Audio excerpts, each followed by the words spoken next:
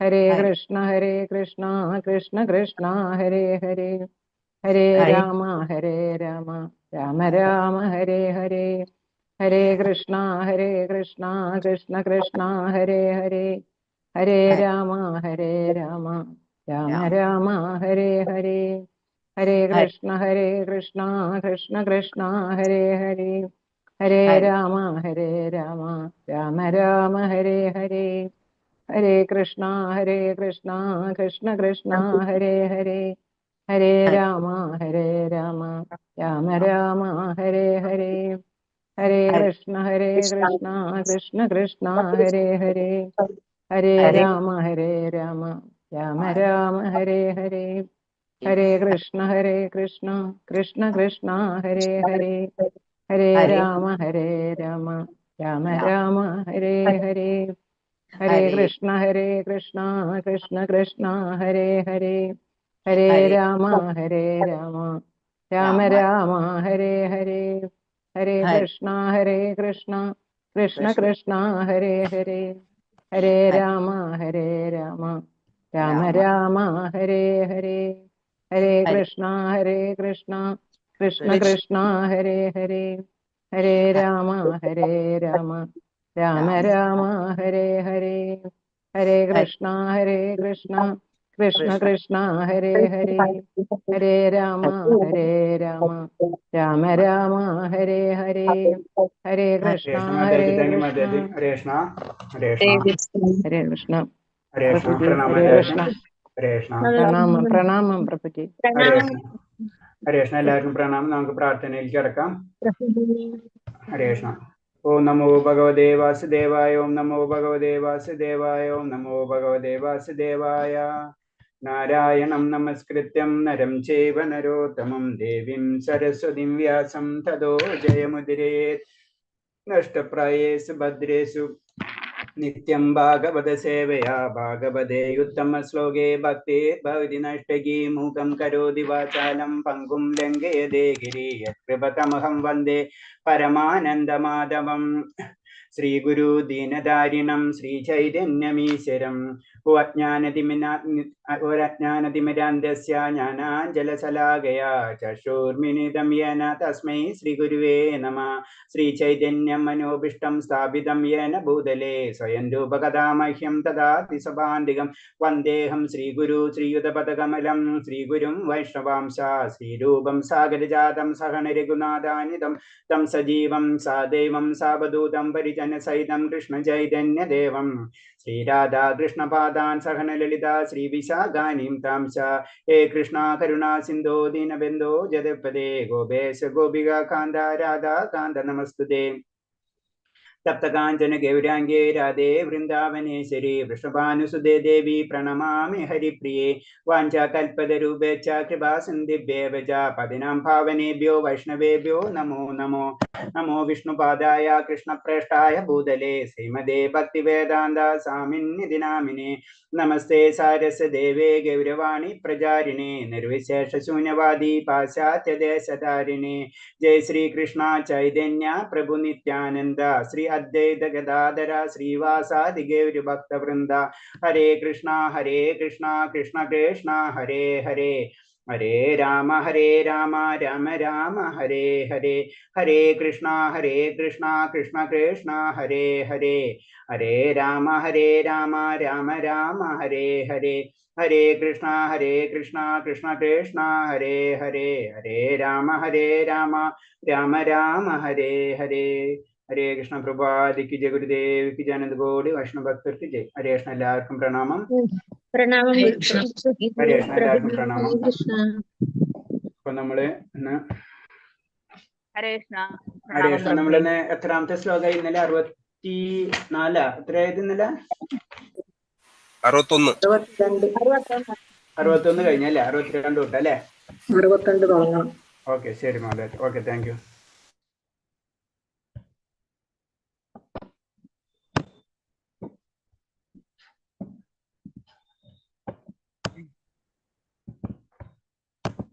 ഹരേ കൃഷ്ണ.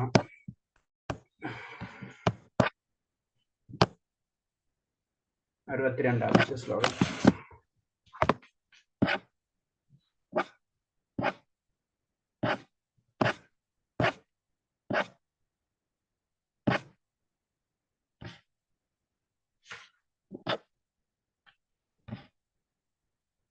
62ാമത്തെ ശ്ലോകം പറയുന്നത് തമേവ ശരണം ഗച്ഛ സർവഭാവന ഭാരത തത് പ്രസാദത് പരം ശാന്തി സ്ഥാനം പ്രാപ്സ്യസി ശാശ്വതം. ഹേ ഭാരത, ആ പരംപുരുഷന് ആത്മസമർപ്പണം ചെയ്യും, അവിടുത്തെ പ്രസാദം കൊണ്ട് നീ പരമമായ ശാന്തി നേടും, ശാശ്വതമായ പരമപദം പ്രാപിക്കും. അപ്പൊ ഇത് പറയുന്നത് ഇത്രയുള്ളൂ. അപ്പൊ നമുക്കറിയാം 18ാം അധ്യായത്തിൽ ലാസ്റ്റ് പോർഷനിലേക്ക് വന്നുകൊണ്ടിരിക്കണം അല്ലെ. അപ്പൊ ശ്ലോകങ്ങൾ അല്ലാതെ ഇനി എന്താ, ഭഗവാന് പരംപുരുഷന് ആത്മസമർപ്പണം ചെയ്യുക, ഭക്തി, അത് മാത്രമായിരിക്കും ഒളിഞ്ഞുള്ള കാര്യങ്ങൾ മുഴുവനും വരുന്നത്. അപ്പൊ പറഞ്ഞ ആത്മപുരുഷന് ആത്മാർപ്പണം ചെയ്യൂ, അവിടുത്തെ പ്രസാദം കൊണ്ട് നീ പരമമായി ശാന്തി. അടുത്ത് പറഞ്ഞ ഭൗഗീത എന്ന് പറഞ്ഞ വേറെ ഒന്നല്ല ഇതിലുള്ളത്, ഇതിൽ ഭക്തി മാത്രമേ ഉള്ളൂ. വേറെ പലത് ഇതിൽ കാണാന്ന് വെച്ച് കഴിഞ്ഞാല് അൾട്ടിമേറ്റ് എന്താ പറയുന്നത്, ഭക്തി, ഭഗവാനെ ശരണം പ്രാപിക്കൂ എന്ന് തന്നെയാണ് പറഞ്ഞത്. ശാശ്വതമായ പരമപദം പ്രാപിക്കണമെങ്കിൽ എന്താണ്, ഭഗവാനെ ആത്മസമർപ്പണം നമ്മൾ ചെയ്തേ തീരൂ. അടുത്ത ശ്ലോകം വിദിതേ ജ്ഞാന വ്യാഖ്യാതം ഗുഹ്യാദ് ഗുഹ്യതരം മയാ വിമർശ്യ തത്ശേഷണാദ്യതേശ്ചിതദാകുരു. ഇപ്രകാരം അതിരഹസ്യമായ ജ്ഞാനമാണ് ഞാൻ നിനക്ക് വിവരിച്ചു തന്നത്. ഇനി സമഗ്രമായി ആലോചിച്ചതിന് ശേഷം ഹിതമായി തോന്നുന്നത് എന്ത്, അത് ചെയ്യുക. ഇതാണ് ഏറ്റവും ഭഗവത്ഗീതയിലെ ഏറ്റവും ഇമ്പോർട്ടന്റ് ആയിട്ടുള്ള ശ്ലോകം എന്ന് പറഞ്ഞതാ. ഏറ്റവും ഇമ്പോർട്ടന്റ്, നമ്മൾ ഇമേജ് ചെയ്യാൻ പറ്റില്ല ഈ ശ്ലോകത്തിൽ പറയുന്നത്. എന്താ പറയുന്നത് ഇതില്, ഞാൻ എല്ലാതും നിനക്ക് പറഞ്ഞു തന്നു. അത് കഴിഞ്ഞിട്ട് എന്താ പറയുന്നത്, ഇനി നിന്റെ ഇഷ്ടം, നീ സമഗ്രം ആലോചന ഹിതം എന്ന് തോന്നുന്നത് എന്തോ അത് ചെയ്യുക. അപ്പൊ ഇതിന്ന് ക്ലിയർ കട്ട് ഭഗവാൻ നമുക്ക് സ്വാതന്ത്ര്യം തന്നിട്ടുണ്ട്, അത് നമുക്ക് എങ്ങനെ വേണമെങ്കിലും ഉപയോഗിക്കാം. അതാണ് പറഞ്ഞു. ഭഗവാൻ ഇന്നത് ചെയ്തേ തീരൂ എന്ന് ഭഗവാൻ പറഞ്ഞില്ല. ഞാൻ നിനക്ക് എല്ലാ കാര്യങ്ങളും പറഞ്ഞു, ഇനി നീ ആലോചിച്ചതിന് ശേഷം നിനക്ക് ഇഷ്ടമുള്ളത് ചെയ്യാനാണ് പറഞ്ഞത്. അതിൽ തെറ്റോ ശരിയോ എന്ന് പറഞ്ഞില്ല. നമ്മുടെ ചോയ്സ് ആണ് എന്താ ചെയ്യേണ്ടതെന്ന്. അതിന് പറഞ്ഞ ഏറ്റവും എല്ലാവർക്കും ടച്ചിങ് ആയിട്ടുള്ള ഒരു ശ്ലോകം ഇതാണ്. ഒരിക്കലും ഇന്നത് ചെയ്തേ പാടുള്ളൂ, ആത്മീയ ലോകത്തിൽ വന്നേ തീരൂ, ഭൗതിക ലോകം ശരിയല്ല, അങ്ങനെ ഒന്നും ഭഗവാൻ പറഞ്ഞില്ല. അതിന്റെ പ്രോബ്ലം ആത്മീയ ലോകത്തിന്റെ ഇഷ്യൂ എല്ലാ കാര്യവും നമുക്ക് പറഞ്ഞു തരണം. കാരണം ഭൗതിക ലോകം സൃഷ്ടിച്ചുള്ള ഭഗവാനാണ്, മനസ്സിലായേ, വേദങ്ങൾ സൃഷ്ടിച്ചുള്ളത് ഭഗവാനാണ്. അപ്പൊ ഭഗവാൻ അങ്ങനെ പറയില്ല, പക്ഷെ എല്ലാത്തിന്റെ പ്രോബ്ലംസും കാര്യങ്ങളും നമ്മളോട് പറഞ്ഞു തരാണ്. അത് കഴിഞ്ഞിട്ട് പറഞ്ഞു, ഇനി ഞാൻ ഈ രഹസ്യമായിട്ടുള്ള ഞാനാണ് പറഞ്ഞു തരുന്നത്. അപ്പൊ രഹസ്യമായിട്ടുള്ള ഞാൻ നിനക്ക് പറഞ്ഞു തന്നു, അതായത് ഭക്തിയിൽ കൂടെ മാത്രമേ നമുക്ക് ഭഗവാന്റെ ലോകത്തിൽ എത്താൻ പറ്റുള്ളൂ എന്ന് കാര്യം പറഞ്ഞു. എന്നെ സാക്ഷാത്കരിക്കാൻ എന്ന് പറയുന്നത് അല്ല, നിനക്ക് അതിന് പറ്റണില്ല, നിന്റെ ഇഷ്ടത്തിന് നിനക്ക് ചെയ്യാം. അത്രയും ക്ലിയർ ആണ്. സമഗ്രമായി ആലോചിച്ചതിന് ശേഷം ഹിതം എന്ത് തോന്നുന്നത് എന്ത് അത് ചെയ്യുക. അപ്പൊ അത്ര സ്വാതന്ത്ര്യമാണ് നമ്മളെ ഭക്തിയിലും ഭഗവാൻ തരുന്നു. അതാണ് ഇതിന്റെ ഏറ്റവും ഇൻട്രസ്റ്റിംഗ് ആയിട്ടുള്ള ശ്ലോകമാണ്. നമുക്ക് സ്വാതന്ത്ര്യം, ഇത് ചെയ്തേ പറ്റൂ, നീ ഇന്നത് പഠിക്കാൻ പാടുള്ളൂ എന്ന് നമുക്ക് പറയാൻ പറ്റും. നമുക്ക് കുട്ടികളോട് പറയല്ലേ, നീ മെഡിസിൻ പഠിക്കണം, അല്ലെങ്കിൽ ഏതെങ്കിലും സബ്ജക്ട് നീ കൊമേഴ്സ് പഠിച്ചേ പാടുള്ളൂ എന്ന് പറയണില്ല. എന്താ പറഞ്ഞ, എല്ലാത്തിന്റെയും പ്ലസും മൈനസും പറഞ്ഞു കൊടുത്തിട്ട് ആ കുട്ടീനോട് പറയാണ്, നില് ഇന്നത് പഠിച്ച് ഇന്നത് പ്രോബ്ലം, ഇന്നത് പഠിച്ച് ഇന്നത് പ്രോബ്ലം, ഇതിന്റെ ഈ ബെനിഫിറ്റ്, ഇതിന്റെ മെറിറ്റ് ഇത്, ഇതിന്റെ ഡിമെറിറ്റ് ഇത് എല്ലാതും പറഞ്ഞു കൊടുത്തിട്ട് അവന് ചോയ്സ് കൊടുക്കണം. ഇനി നീ ആലോചിച്ചിട്ട് ഏത് കോഴ്സ് പഠിക്കണം നീ തീരുമാനിച്ചോ. ഇത് തന്നെയാണ് ഭഗവാൻ പറയുന്നത്. അത്ര അപ്പൊ നമ്മൾ കുട്ടികളോട് നമ്മൾ പറയുന്ന പോലെ തന്നെ അവർക്ക് സ്വാതന്ത്ര്യം നമ്മൾ കൊടുത്തിട്ടുണ്ട്. അവർക്ക് സ്വാതന്ത്ര്യം ഉണ്ട് അല്ലെ. അവരെല്ലാ സ്വാതന്ത്ര്യത്തിനും നമുക്ക് ഏർത്താൻ പറ്റില്ല. അവർക്ക് ആ കേപ്പബിൾ ആയി കഴിഞ്ഞു. അതിന് ഭഗവാൻ പറയുന്നത്, ഇനി നിനക്ക് ഇഷ്ടമുള്ളത് നിനക്ക് ചെയ്യാം, നീ ആലോചിച്ചിട്ട് നിനക്ക് ചോയ്സ്, നിന്റെ ചോയ്സ് ആണ്. അതിന് ഏറ്റവും ഇമ്പോർട്ടന്റ് ശ്ലോകം എന്ന് പറയുന്നത്. അതാണ് ഇതിൽ ക്ലിയർ ആയിട്ട് പറയുന്നത്. ജീവാത്മാവിനുള്ള അല്പമാത്രമായ സ്വാതന്ത്ര്യത്തിൽ ഈശ്വരൻ ഇടപെടില്ല എന്ന് ധ്വനിപ്പിക്കുന്നു. അപ്പൊ നമുക്കുള്ള സ്വാതന്ത്ര്യത്തില് ആ സ്വാതന്ത്ര്യം എന്ന് പറഞ്ഞത് അല്പ സ്വാതന്ത്ര്യമാണ്, മുഴുവനും സ്വാതന്ത്ര്യം തരുന്നില്ല. അതിനൊരു ഉദാഹരണം പറയുന്ന, ഒരു പശുവിനെ നമ്മൾ കയറ് കെട്ടിയിട്ട് കഴിഞ്ഞാൽ എന്താണ്, ആ പശുവിന്റെ സ്വാതന്ത്ര്യം എന്താണ്, ആ കയറിനോട് ബന്ധപ്പെട്ടുള്ള, അതിന്റെ അപ്പുറത്ത് കടക്കാൻ പറ്റില്ല എന്ന് പറഞ്ഞ പോലെ നമ്മുടെ സ്വാതന്ത്ര്യം. നമുക്ക് സ്വാതന്ത്ര്യം ഉണ്ടെന്ന് വെച്ചാൽ എന്തും ചെയ്യാനുള്ള പവർ നമുക്കില്ല, അതിന്റെ പ്രോബ്ലംസ് നമുക്ക് വരും. അപ്പൊ സ്വാതന്ത്ര്യം തന്നിട്ടുണ്ട്, ആ തന്ന സ്വാതന്ത്ര്യത്തില് ഭഗവാൻ കൈകടത്തില്ല. നമുക്ക് വേണമെങ്കിൽ ആത്മീയ ലോകത്ത്, ഭൗതിക ലോകത്തിലോ അല്ലെങ്കിൽ നരക ലോകത്തിലോ ഏത് ലോകത്തിലും പോവാം. പക്ഷെ ബെറ്റർ എന്ന് പറയുന്നത് എന്താണ്, ആത്മീയ ലോകമാണ്, ഭഗവാന്റെ ലോകമാണ്. അതാണ് നിന്റെ ധാമം, അതിലേക്കാണ് നീ വരേണ്ടതെന്നാ പറയുന്നത്. സ്വയധാമം, സ്വന്തം ധാമം. ഭഗവാന്റെ സ്വന്തം എന്ന് പറഞ്ഞാൽ നമ്മളെ സ്വന്തമാണ്, കാരണം ഭഗവാന്റെ അംശമാണ് നമ്മൾ. അതാണ് പറയുന്നത്. അടുത്ത ശ്ലോകം സർവദാ ഗുഹ്യതമംബൂയ ശൃണോമേ പരമം ഭജ ഇഷ്ടോസി മേ ദൃഢമിതി തതോ പശ്യാമി തേഹിതം. എനിക്ക് എത്രയും പ്രിയപ്പെട്ട സുഹൃത്തായതിനാണ് പരമഗുഹ്യമായ ഈ ജ്ഞാനം സർവോത്തമായ ഉപദേശം നിനക്ക് നൽകുന്നത്. ഇനിയും കേൾക്കൂ, നിന്റെ മേന്മയ്ക്ക് വേണ്ടിയാണ്. ഇതൊന്നും കൂടെ എന്താ പറയണേ, നിന്റെ ഇഷ്ടത്തിന് നീ ചെയ്തുകൊള്ളൂ എന്ന് പറഞ്ഞാലും, ഇപ്പൊ നമ്മൾ ഇതേപോലെ തന്നെ ചെറിയ കുട്ടികളെ, നമ്മളെ കുട്ടികളെ പറ്റി ചിന്തിച്ചു കഴിഞ്ഞാലും അവരോട് പറഞ്ഞു കൊടുക്കും, ഇന്നത് ഇപ്പൊ പറയുന്നത് ഡൽഹി ആണ് നല്ലത്, അമേരിക്ക ആണ് നല്ലത്, ഒക്കെ നമ്മൾ പറഞ്ഞു കൊടുത്തതിന് ശേഷം നമുക്കറിയാം ഇതാണ് ബെറ്റർ എന്ന്. അപ്പൊ അവനോട് പറയും നിന്റെ ഇഷ്ടത്തിന് തീരുമാനിച്ചോ നീ, ഇത് പറഞ്ഞതിന് ശേഷം നമ്മൾ വീണ്ടും പറയും എന്താണ്, എന്നാൽ അതാണ് ട്ടോ നല്ലത്, അതാണ് ട്ടോ നല്ലത്, നീ അതിനു വേണ്ടി ശ്രമിക്കും, നിന്റെ ഇഷ്ടത്തിന് ചെയ്തോ, പക്ഷെ അതാണ് നല്ലത് എന്ന് രണ്ടാമത്തെ 64 ശ്ലോകത്തിൽ ഭഗവാൻ ഒന്നും കൂടി ഉപദേശിക്കുകയാണ്. ഇനിയും കേൾക്കും, നിന്റെ മേന്മയ്ക്ക് വേണ്ടിയിട്ടാണ് ഇത് പറയുന്നത്. അൾട്ടിമേറ്റ് ഭഗവാൻ എന്താണ്, എല്ലാ ജീവാത്മാക്കളെയും സ്വന്തം ഭവനത്തിലേക്ക് കൊണ്ടുപോകാനാണ് ആഗ്രഹിക്കുന്നത്. പക്ഷെ നമുക്ക് ചോയ്സ് ഉണ്ട്, നമുക്ക് അതിന് സ്വാതന്ത്ര്യം ഉണ്ട്. അത് ഭഗവാൻ അതിനനുസരിച്ച് നമുക്ക് സ്വാതന്ത്ര്യം തന്നിട്ടുണ്ട്, അതിനനുസരിച്ച് നമുക്ക് പ്രവർത്തിക്കാം. അടുത്ത ശ്ലോകം, മന്മനാഭവമക്തോ മദ്യാചിനമം നമസ്കുരു മമ വൈശ്യസ്യ സത്യതേ പ്രതിജ്ഞാനം പ്രിയോസി സിമേം. എപ്പോഴും എന്നെ ഓർക്കുക, എന്റെ ഭക്തനാകുക, എന്നെ ആരാധിക്കുകയും പ്രണമിക്കുകയും ചെയ്യുക. അങ്ങനെ ചെയ്തു പോന്നാൽ നിശ്ചയമായി നിനക്ക് എന്നെ പ്രാപിക്കാം. ഞാൻ തീർത്തു പറയുന്നു, എന്തെന്നാൽ എനിക്ക് പ്രിയപ്പെട്ടവനാണ് നീ. അപ്പൊ ഏതാണ് ഭക്തിയിലെ അൾട്ടിമേറ്റ് ഭഗവാൻ പറഞ്ഞു വരുന്ന പോയിന്റ് എന്താണ്, എപ്പോഴും എന്നെ ഓർക്കും, മന്മന ഭക്തോ, എന്നെ ഓർക്കുക എന്നാണ് പറയുന്നത്. അപ്പൊ അതിന്റെ അർത്ഥം വേറെ ആരും അവിടെ ഇല്ല. അപ്പൊ എപ്പോഴും എന്നെ ഓർക്കുക എന്ന് പറയുമ്പോൾ അവിടെ എന്താ, അവിടെ ഭഗവാന്റെ വ്യക്തിഗത രൂപം വന്നു, അത് നമ്മൾ മനസ്സിലുണ്ട്. പിന്നെ അപ്പൊ ഭഗവാന്റെ ഭക്തനാവുക, അപ്പൊ ഒരു വ്യക്തിഗത രൂപത്തെ നമ്മളെ ആരാധിച്ച് ഭഗവാന്റെ ഭക്തനാവുക, പ്രണമിക്കുക, ഭഗവാന്റെ മുന്നിൽ നമ്മൾ പ്രണമിച്ചിരിക്കണം, ആരാധിച്ചിരിക്കണം. ഇങ്ങനെ ചെയ്തു പോന്നാൽ നിശ്ചയമായി നിനക്ക് എന്നെ പ്രാപിക്കാം എന്നാ പറയുന്നത്. ഞാൻ തീർത്ത് പറയുന്നു, എന്തെന്ന്, എനിക്ക് പ്രിയപ്പെട്ടവനാണ് നീ. അപ്പൊ എല്ലാവർക്കും ഭഗവാന് പ്രിയപ്പെട്ടവനാണ്, എല്ലാവരെയും ഭഗവാൻ സ്വന്തം ധാമത്തിലേക്ക് കൊണ്ടുപോകാനാണ് ആഗ്രഹിക്കുന്നത്. അപ്പൊ ഒരു ഭക്തൻ എന്ന് പറയുമ്പോൾ എന്താണ് പറയുന്നത്, ഭഗവാൻ എന്ന് പറഞ്ഞ വിവിധ രൂപങ്ങളിലുണ്ട്, നമുക്കറിയാം അല്ലെ. കാരണം വിഷ്ണു, നാരായണൻ, ശ്രീരാമൻ, വരാഹം, മത്സ്യം, അങ്ങനെ പല അവതാരങ്ങളും ഉണ്ട്. അതൊക്കെ ഭഗവാന്റെ തന്നെ അവതാരങ്ങളാണ് അല്ലെ, അവതരിക്കുകയാണ് പല രൂപത്തിൽ.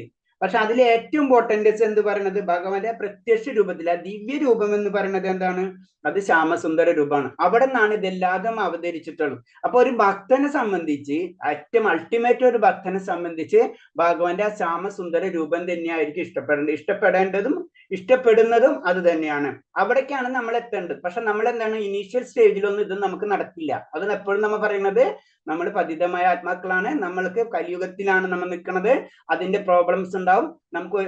നമുക്ക് ഒറ്റയടിക്ക് ഭഗവാന് കിട്ടാനതൊക്കെ പറയണത് അത് നടക്കില്ല.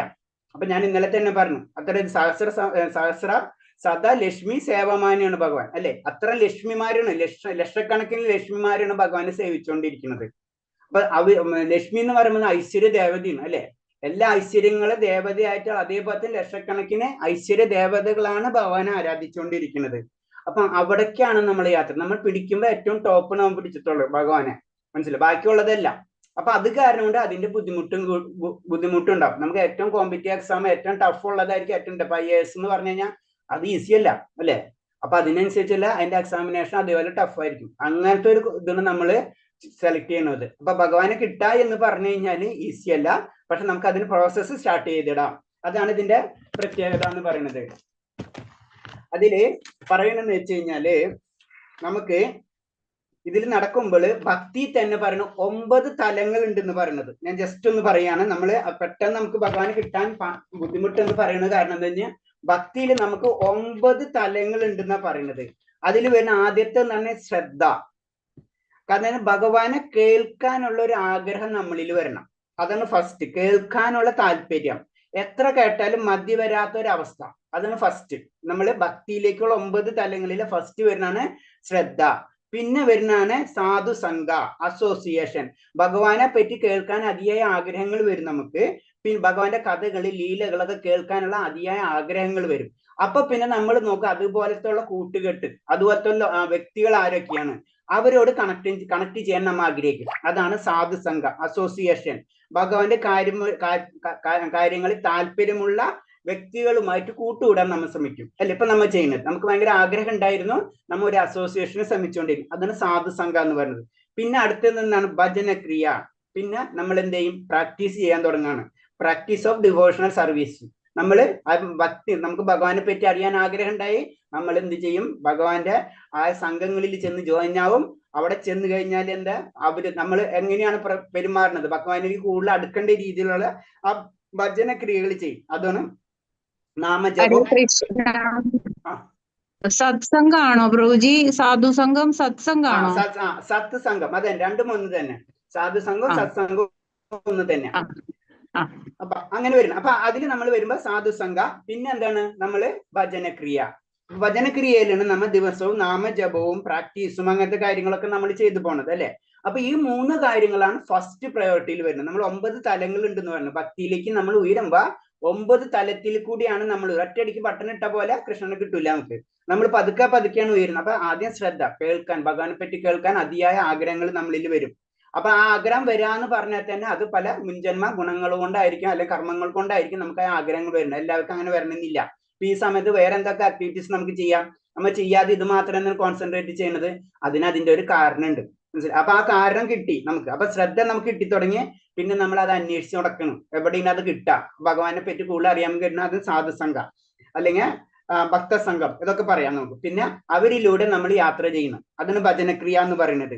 കാരണം എങ്ങനെയാണ് നമ്മൾ ഡിവോഷണൽ പ്രാക്ടീസ് ഒക്കെ എങ്ങനെ, ഭക്തി എങ്ങനെ ചെയ്യേണ്ടതും അതിന്റെ രീതികളൊക്കെ അന്വേഷിച്ച് നമ്മളും അതുപോലെ പ്രാക്ടീസ് ചെയ്യാൻ തുടങ്ങും. അതിന് നമ്മൾ നാമജപവും അതുപോലെ തന്നെ ഭഗവാനുള്ള ആരാധനയൊക്കെ നമ്മൾ തുടങ്ങും കറക്റ്റ് ആയിട്ടുള്ള രീതിയിൽ.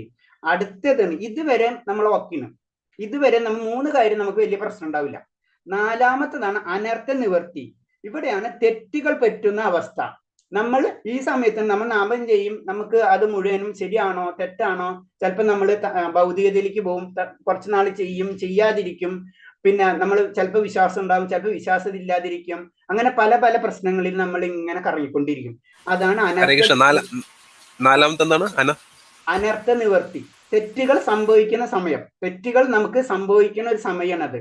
നമ്മൾ ഇത്തരം പ്രാക്ടീസ് ഒക്കെ ചെയ്യുന്നുണ്ട്, പക്ഷെ എന്നാലും കറക്റ്റ് പ്രൊസീജിയറിലായിരിക്കില്ല. ചിലപ്പോൾ 1 ദിവസം ചെയ്യും, 2 ദിവസം ചെയ്യും, ചിലപ്പോൾ നമുക്കുള്ള ഇൻട്രസ്റ്റ് കുറയും. ഇതൊക്കെ സംഭവിക്കുന്ന ഒരു കാലഘട്ടം. അത് ചിലപ്പോൾ ഈ ജന്മമല്ല, പല ജന്മങ്ങളും നമ്മൾ അനുഭവിക്കേണ്ടി വരും. ഒരു ജന്മത്തിൽ നിൽക്കില്ല അത്. അതിന് പറയും ഒരു ജന്മമല്ല, പല ജന്മങ്ങളിലേക്ക് നമ്മൾ 3 ലെവൽ വരെ നമുക്ക് കിട്ടും. 4മത്തെ ലെവല് കിട്ടാൻ ബുദ്ധിമുട്ട്. 4മത്തെ ലെവൽ പാസ്സാവാൻ വേണ്ടി ബുദ്ധിമുട്ടാണ്. 4 ലെവൽ വരെ നമ്മൾ എത്തും. 4 അടുത്ത ലെവൽ എന്ന് പറഞ്ഞാണ് നിഷ്ഠ. നിഷ്ഠ എന്ന് പറയുമ്പോൾ എന്താണ്? അവിടെ എന്ന് പറഞ്ഞു കഴിഞ്ഞാൽ ഭക്തി ഉറയ്ക്കണ സമയമാണ്.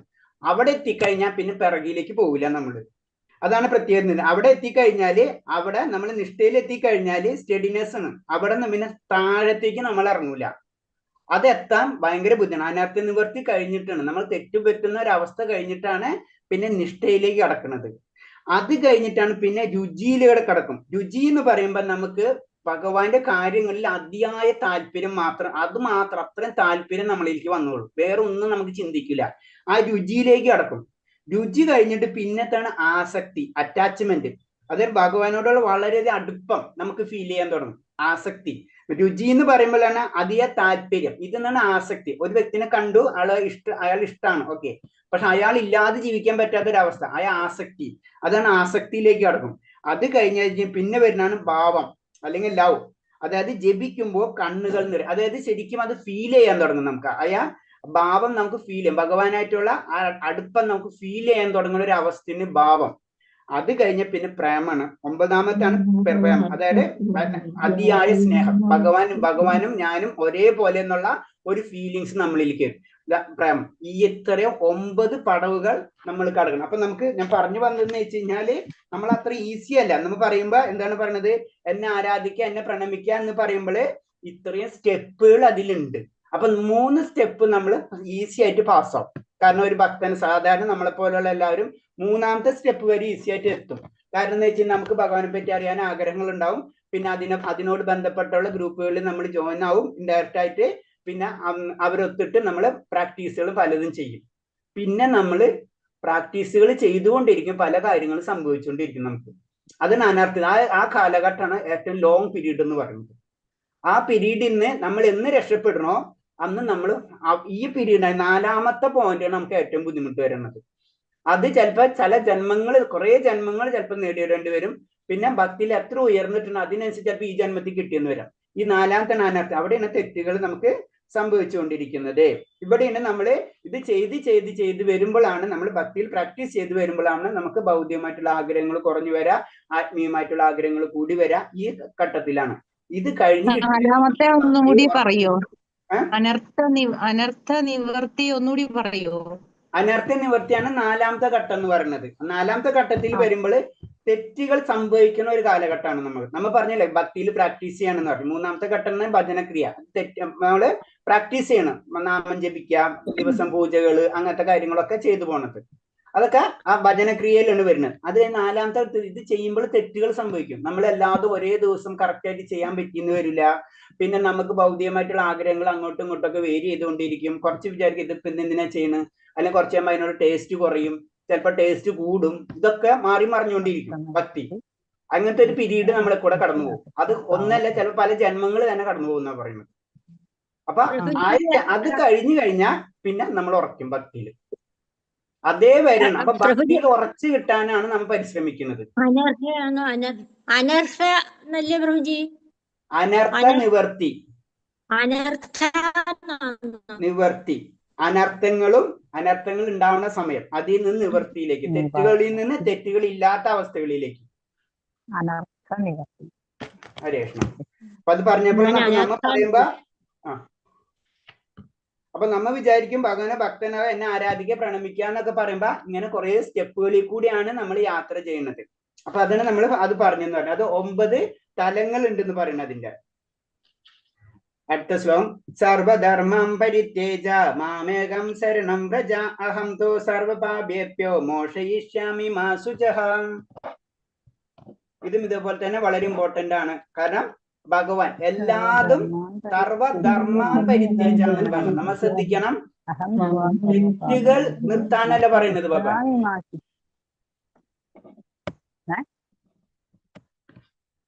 അത് തെറ്റുകൾ ചെയ്യാതിരിക്കാനല്ല പറഞ്ഞത്. തെറ്റുകൾ ചെയ്യാതെ എന്റെ അടുത്ത് എന്ന് പറയണല്ല, ശരികൾ ചെയ്യാതിരിക്കാനുണ്ട് പറയണം. സർവധർമ്മം, അതിന് ശ്രദ്ധിക്കണം. സർവധർമ്മം പരിത്യേജ മാമേക ശരണം വ്രജ അഹം തോ സർവ്യാപ്യപ്പ മോക്ഷിഷ്യാമി മാ ശുചഃ. നമ്മ ദ്രൗപദിയുടെ കഥ ആലോചിച്ചാൽ മതി. അതേപോലെ തന്നെ അങ്ങോട്ട് പറഞ്ഞിട്ടുണ്ടോന്ന് അറിയില്ല, ബലിമഹാരാജാവിന്റെ കഥ. ബലിമഹാരാജാവ് എന്താ ചെയ്യണത്, ശുക്രാചാര്യം വരണം, അതായത് വാമനമൂർത്തിയായിട്ട് വിഷ്ണു ഭഗവാൻ വരണം അല്ലെ. അപ്പൊ ശുക്രാചാര്യർ കാര്യം മനസ്സിലാവണം. ഇത് ആർക്ക് പ്രത്യേകിച്ച് മഹാബലിക്ക് പ്രശ്നങ്ങൾ ഉണ്ടാക്കാൻ പോണെന്ന്. അപ്പൊ ശുക്രാചാര്യർ വന്നിട്ട് മഹാബലിനോട് പറയുന്നുണ്ട്. അപ്പൊ മഹാബലി എന്താ ചിന്തിക്കണമെന്ന് വെച്ച് കഴിഞ്ഞാൽ എല്ലാതും ഭഗവാന്റെ സൃഷ്ടിയാണെന്നും ഭഗവാൻ എന്റെ അടുത്ത് വരുന്നതെന്ന് വെച്ച് കഴിഞ്ഞാൽ എനിക്ക് കാരുണ്യം തരാനെന്നാണ് ചിന്തയിൽ എത്തുന്നത്. അപ്പൊ അവിടെ തെറ്റിക്കണ എന്താണ്, ഗുരുവിന്റെ വാക്ക് തെറ്റിക്കാണ്. ധർമ്മം അനുസരിച്ച് ഗുരുവിന്റെ വാക്ക് തെറ്റിക്കാൻ പാടില്ല. അതാണ് ശ്രദ്ധിക്കേണ്ടത്. അപ്പൊ അവിടെയാണ് സർവധർമ്മം പരിത്യേജ എന്ന് പറയുന്നത്. അങ്ങനെ പല അതിനോട് ബന്ധപ്പെട്ടിട്ട് പല കഥകളുണ്ട്. ഗോപികന്മാരെ കഥകളും അതേപോലെ തന്നെയാണ്. ഭഗവാനെ കാണുന്നതോടുകൂടി വീടും കാര്യം കുടുംബവും ഭർത്താവും ഇതൊക്കെ മറന്നുപോകും. ആ ലെവലിലേക്ക് അവര് മാറിപ്പോവും. അതുപോലെ തന്നെ പ്രഹ്ലാദ് മഹാരാജാവിന്റെ കഥ, അതും ഇതേപോലെ തന്നെയാണ്. കാരണം സ്വന്തം അച്ഛനെ വധിക്കാനാണ് വരുന്നത്. പക്ഷെ എന്താണ്, എന്നിട്ടും ഭഗവാന്റെ കാര്യങ്ങളാണ് ചെയ്യുന്നത് അല്ലെ. അപ്പൊ ഭഗവാനെ മാലിടാൻ നിൽക്കണം ആര്, പ്രഹ്ലാദ് മഹാരാജ്. അവിടെ അതിൽ പറഞ്ഞ അത്രയും ധർമ്മങ്ങൾ നമ്മൾ വെടിയേണ്ടി വരും. അങ്ങനെ അതൊന്നും നമ്മുടെ ധർമ്മമല്ല എന്നൊരു മനസ്സിലാക്കുന്ന ഒരു അവസ്ഥ അവിടെ എത്തുമ്പോഴാണ് നമ്മൾ എന്താണ്, ഭഗവാൻ എല്ലാ പാപകർമ്മങ്ങളും നമ്മളേക്ക് തന്നെ ഏറ്റെടുക്കണം. പിന്നെ പാപവും പുണ്യം അവിടെ ഇല്ല. അതാണ് ധർമ്മത്തെയാണ് പരിത്യജിക്കാൻ പറയുന്നത്, അല്ലാണ്ട് തെറ്റുകളെ അല്ല. അതാണ് നമ്മൾ ശ്രദ്ധിക്കേണ്ട പോയിന്റ് എന്ന്. കാരണം തെറ്റുകളുള്ള വ്യക്തി പിന്നെ ആ സംഗതിയിലേക്ക് എത്തിയില്ല. അവര് പിന്നെ നമുക്കറിയാം നരക ലോകം അങ്ങനത്തെ ലോകങ്ങളിൽ. ഇത് ധർമ്മത്തെ തന്നെ പരിത്യജിക്കാന്നാണ്. പിന്നെ സ്വധർമ്മോ അല്ലെങ്കിൽ പരധർമ്മോ അല്ലെങ്കിൽ ദേവന്മാരെ പൂജിക്കണമെന്നോ ഇതൊന്നും ഇല്ലാത്തൊരവസ്ഥയിലേക്ക് നമ്മൾ മാറിക്കഴിഞ്ഞാൽ അന്ന് ഭഗവാൻ അവിടെ റെഡിയാണ്. അതാണ് നമ്മുടെ ദ്രൗപദിയുടെ കഥ നമ്മൾ ആലോചിച്ചാൽ മതി. അതേ കാര്യം, അതായത് നമ്മളിപ്പോ സാധാരണ രീതിയിൽ 2 കൈ പോകുന്നതാണ് ശരണം എന്ന് പറയുന്നത്. ശരണാശ്രയമാണ് നമ്മൾ ചെയ്യുന്നത്. എന്താണ് ദ്രൗപദിയുടെ കഥ എന്താണ്, വസ്ത്രാക്ഷേപ ചെയ്യുന്ന സമയത്ത് ഒരു കൈ പിടിച്ചിട്ടാണ് ഭഗവാൻ വിളിക്കുന്നത്. ലാസ്റ്റ് ഒരു നിവൃത്തി ഇല്ലാത്തവണ് 2 കൈ വിടുന്നത്. പിന്നെ ഭഗവാൻ മാത്രമേ ശരണുള്ളൂ. പിന്നെ ഭഗവാൻ കാര്യം ഏറ്റെടുക്കുകയാണ് ചെയ്യുന്നത്. അതാണ് മോക്ഷയിഷ്യാമി മാസി. പിന്നെ അല്ലാതെ ഞാൻ എന്റെ കയ്യിലാണ്, എന്നെ മുഴുവനും നീ സമർപ്പിച്ചു കഴിഞ്ഞാൽ പിന്നെ ധർമ്മം അധർമ്മം ഇതൊന്നും ഇല്ലെന്ന് നിൽക്ക്. അടുത്ത ശ്ലോകം ഇതം തേനാത്മസ്ഥായ നാഭക്തായ കഥാചന നാസാജു ശുശ്രൂഷേ വാചം നാചാമാം യദോഭിസൂയതി. തപസ്സോ ഭക്തി ഇല്ലാത്തവർക്കും ഭക്തി സേവന കർമ്മത്തിൽ ഏർപ്പെടാത്തവർക്കും എന്നോട് അസൂയുള്ളവർക്കും രഹസ്യമായി ജ്ഞാനം ഉപദേശിക്കരുതേ. അതാണ് വേറൊരു കാര്യം. അപ്പൊ നമ്മൾ എല്ലാവർക്കും ചെന്നിട്ട് എല്ലാവരോടും ഭക്തി പറയരുത്. അതാണ് അതിന്റെ കാര്യം. കാരണം എന്ന് വെച്ച് കഴിഞ്ഞാല് ഇതിന് ആഗ്രഹമില്ലാത്തവർക്ക്, കാരണം അവർക്ക് ഭൗതികമായിട്ടുള്ള ആഗ്രഹങ്ങളായിരിക്കും, അവർ അത് ലെവലിലേക്ക് ഉയർന്നിട്ടുണ്ടാവില്ല. അപ്പൊ അവിടെ ചെന്നിട്ട് ആരും അത് ഇൻഡയറക്റ്റ് ആയിട്ട് നമ്മളോടല്ല, ഗുരുക്കന്മാരോടുള്ള ഒരു ഉപദേശമാണ് ശരിക്കും പറയുന്നത്. രഹസ്യമായി ഈ ജ്ഞാനം ഉപദേശിക്കരുത് എന്ന് പറയുന്നത്. അതിന് പലതരം കാര്യങ്ങളുണ്ട്. അപ്പൊ അതില് അത് പിന്നെ അടുത്ത ശ്ലോകം, യാ ഇദം പരമഗുഹ്യം മദ്ഭക്തോഷിതി ദാസ്യതീം ഭക്തിമയം പരം കൃത്തോ മാമ വൈശ്യതി സംശയ. പരമരഹസ്യമായി ഈ ജ്ഞാനത്തെ എന്റെ ഭക്തന്മാർക്ക് ഉപദേശിക്കുന്നത് ശുദ്ധ ഭക്തിയുപദേശനം സുനിശ്ചിതമാണ്. അവസാനം അയാൾ എന്നിലേക്കും തിരിച്ചെത്തും. അതാണ് അടുത്തത്. കാരണം എന്ന് വെച്ച് കഴിഞ്ഞാൽ ഇതിൽ പറഞ്ഞത് ഈ ജ്ഞാനം ഭക്തന്മാർക്കാണ് ഉപദേശിച്ചു കൊടുക്കണമെന്ന് വെച്ച് കഴിഞ്ഞാൽ, ഭഗവാൻ പറഞ്ഞിട്ടുള്ള ഭക്തിയുത സേവനം എന്താണെന്നും അതിന്റെ നേട്ടം എന്താണെന്നും ഭക്തന്മാർക്ക് അറിയാൻ ആഗ്രഹമാണ്. അത് ആത്മസാക്ഷാത്കാരത്തിന് ഭഗവാനെ പറ്റി അറിയാൻ ആഗ്രഹമുള്ള വ്യക്തികൾക്ക് നമ്മൾ തീർച്ചയായിട്ടും പറഞ്ഞു കൊടുക്കണം എന്നാ പറയുന്നത്. ആഗ്രഹമില്ലാത്ത വ്യക്തികൾക്ക് പറഞ്ഞു കൊടുക്കരുത് എന്നാ പറയുന്നത്. രണ്ടും ഭഗവാനാണ് പറയുന്നത്. ആദ്യം പറഞ്ഞത് ആഗ്രഹമില്ലാത്തവർക്ക് അത് പറഞ്ഞു കൊടുക്കരുത്, ആഗ്രഹമുള്ളവർക്ക് തീർച്ചയായിട്ടും പറഞ്ഞു കൊടുക്കണം. അങ്ങനെ പറഞ്ഞു കൊടുക്കുന്നവർക്ക് ഭക്തിയുത സേവനം സുനിശ്ചിതമാണ്. ഭഗവാനെ സേവിക്കാനുള്ള ആ കഴിവ് ഭഗവാൻ തന്നെ വീണ്ടും അവർക്ക് കൊടുത്തിരിക്കും. അതാണ് അപ്പൊ ഭക്തി. അതാണ് നമ്മൾ പറഞ്ഞത്.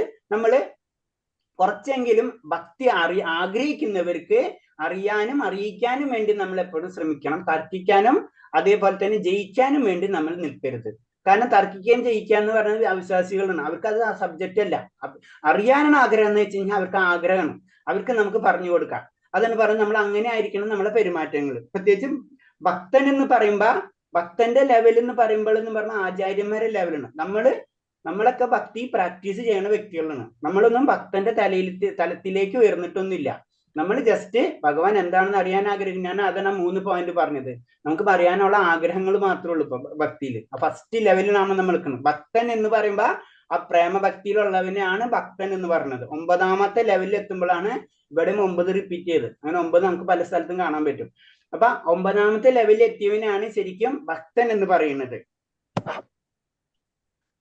അടുത്ത ശ്ലോകം, നാച തസ്മാൻ മനുഷ്യേഷു കച്ചിന്മേ പ്രിയ കൃത്തമാ ഭവിതാ നാച മേ തസ്മാനം അപ്രിയതരോ ഭുവി. അങ്ങനെയുള്ള ഒരു ഭൃത്യനേക്കാൾ എനിക്ക് പ്രിയങ്കരനായിട്ട് ഈ ലോകത്തിൽ മറ്റാരാളുമില്ല, ഇനി ഒരിക്കലും ഉണ്ടാകുമില്ല.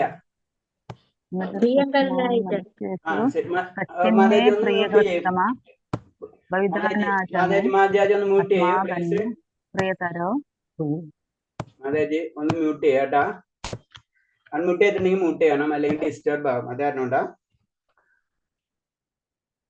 പിന്നെ അടുത്ത അപ്പൊ പറയുന്നത് ഇങ്ങനെ മറ്റുള്ളവർക്ക്, ഒരു ഭക്തന്മാർക്ക് പറഞ്ഞു കൊടുക്കുന്ന ആരാണോ ഒരു ഭക്തന് പറഞ്ഞു കൊടുത്തു കഴിഞ്ഞാൽ, ഭക്തൻ എന്ന് പറഞ്ഞാൽ ഭഗവാനെ പറ്റി അറിയാൻ ആഗ്രഹമുള്ള വ്യക്തികൾക്ക് പറഞ്ഞു കൊടുക്കുന്ന ഭക്തൻ, ആ വ്യക്തി എനിക്ക് ഏറ്റവും പ്രിയപ്പെട്ടവനാണ് എന്ന് പറയുന്നത്. ആ വ്യക്തിനെ പോലെ എനിക്ക് പ്രിയങ്കരനായിട്ട് മറ്റൊരാളും ഇല്ല എന്നാ പറയുന്നത്. അടുത്ത ശ്ലോകം, അദ്യേഷേദചയ ഇമം ധർമ്മ്യം സംവർദ്ധമായയോ ജ്ഞാനതേനേഹ മിഷ്ടം സാമിതി മേമതി. നമ്മൾ തമ്മിൽ നടത്തുന്ന പാവനമായി സംഭാഷണം പഠിച്ചറിയുന്നവർ ബുദ്ധി കൊണ്ട് എന്നെ ആരാധിക്കുക ചെയ്യുന്നതെന്ന് ഞാൻ പ്രഖ്യാപിക്കുന്നു.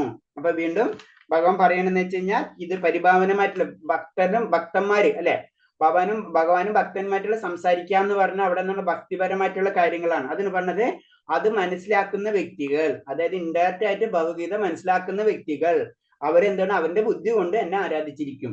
അപ്പൊ കാര്യം മനസ്സിലായി കഴിഞ്ഞാൽ നമ്മള് ഭഗവാന്റെ കാര്യങ്ങളിലേക്ക് നമ്മള് കടക്കും. ശ്രദ്ധവാനനസൂയശ്ച ശൃണോയാദവിയോ നര ശോഭിമുക്ത ശുഭാലോകാൻ പ്രാപ്നുയാത് പുണ്യഃ. അസൂയ തീണ്ടാതെയും വിശ്വാസത്തോടു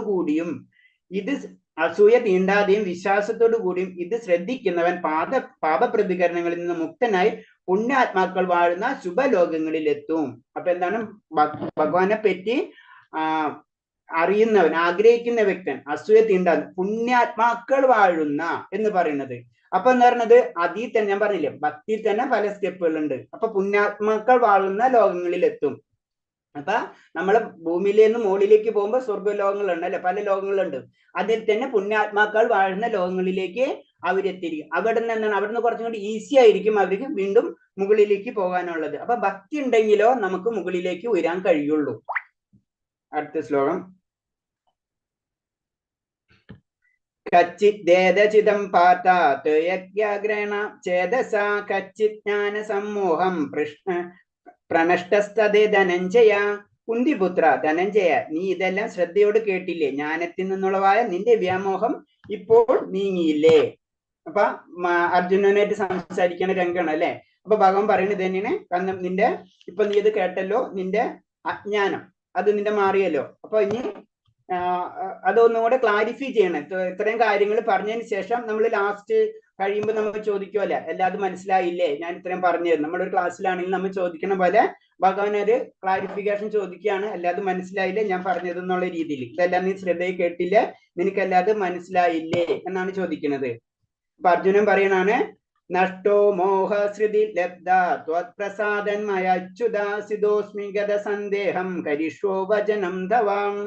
അർജുനൻ പറഞ്ഞു, അല്ലയോ പ്രിയപ്പെട്ട കൃഷ്ണ, ഹേ അച്യുത, ഇപ്പോൾ എന്റെ വ്യാമോഹം തീർന്നു, അങ്ങയുടെ കരുണ കൊണ്ട് ബുദ്ധി തിരിച്ചു കിട്ടി. ഞാനിപ്പോൾ ദൃഢനും സംശയരഹിതനും അങ്ങയുടെ ആജ്ഞ അനുസരിച്ച് പ്രയത്നിക്കാൻ തയ്യാറായിരിക്കുന്നു. അപ്പൊ ഭഗവാൻ അർജുനനെ പതുക്കെ ഇവിടേക്ക് കൊണ്ടുവരണം. അപ്പൊ അതിന്റെ ഇടയ്ക്ക് ഭഗവാൻ പറയുന്നുണ്ടല്ലേ, നീ നിന്റെ എന്തിനു വേണ്ടി നിന്റെ സ്വന്തം ചിന്തകൾക്കനുസരിച്ച് നീ പ്രവർത്തിക്കാൻ പറയുന്നുണ്ട്.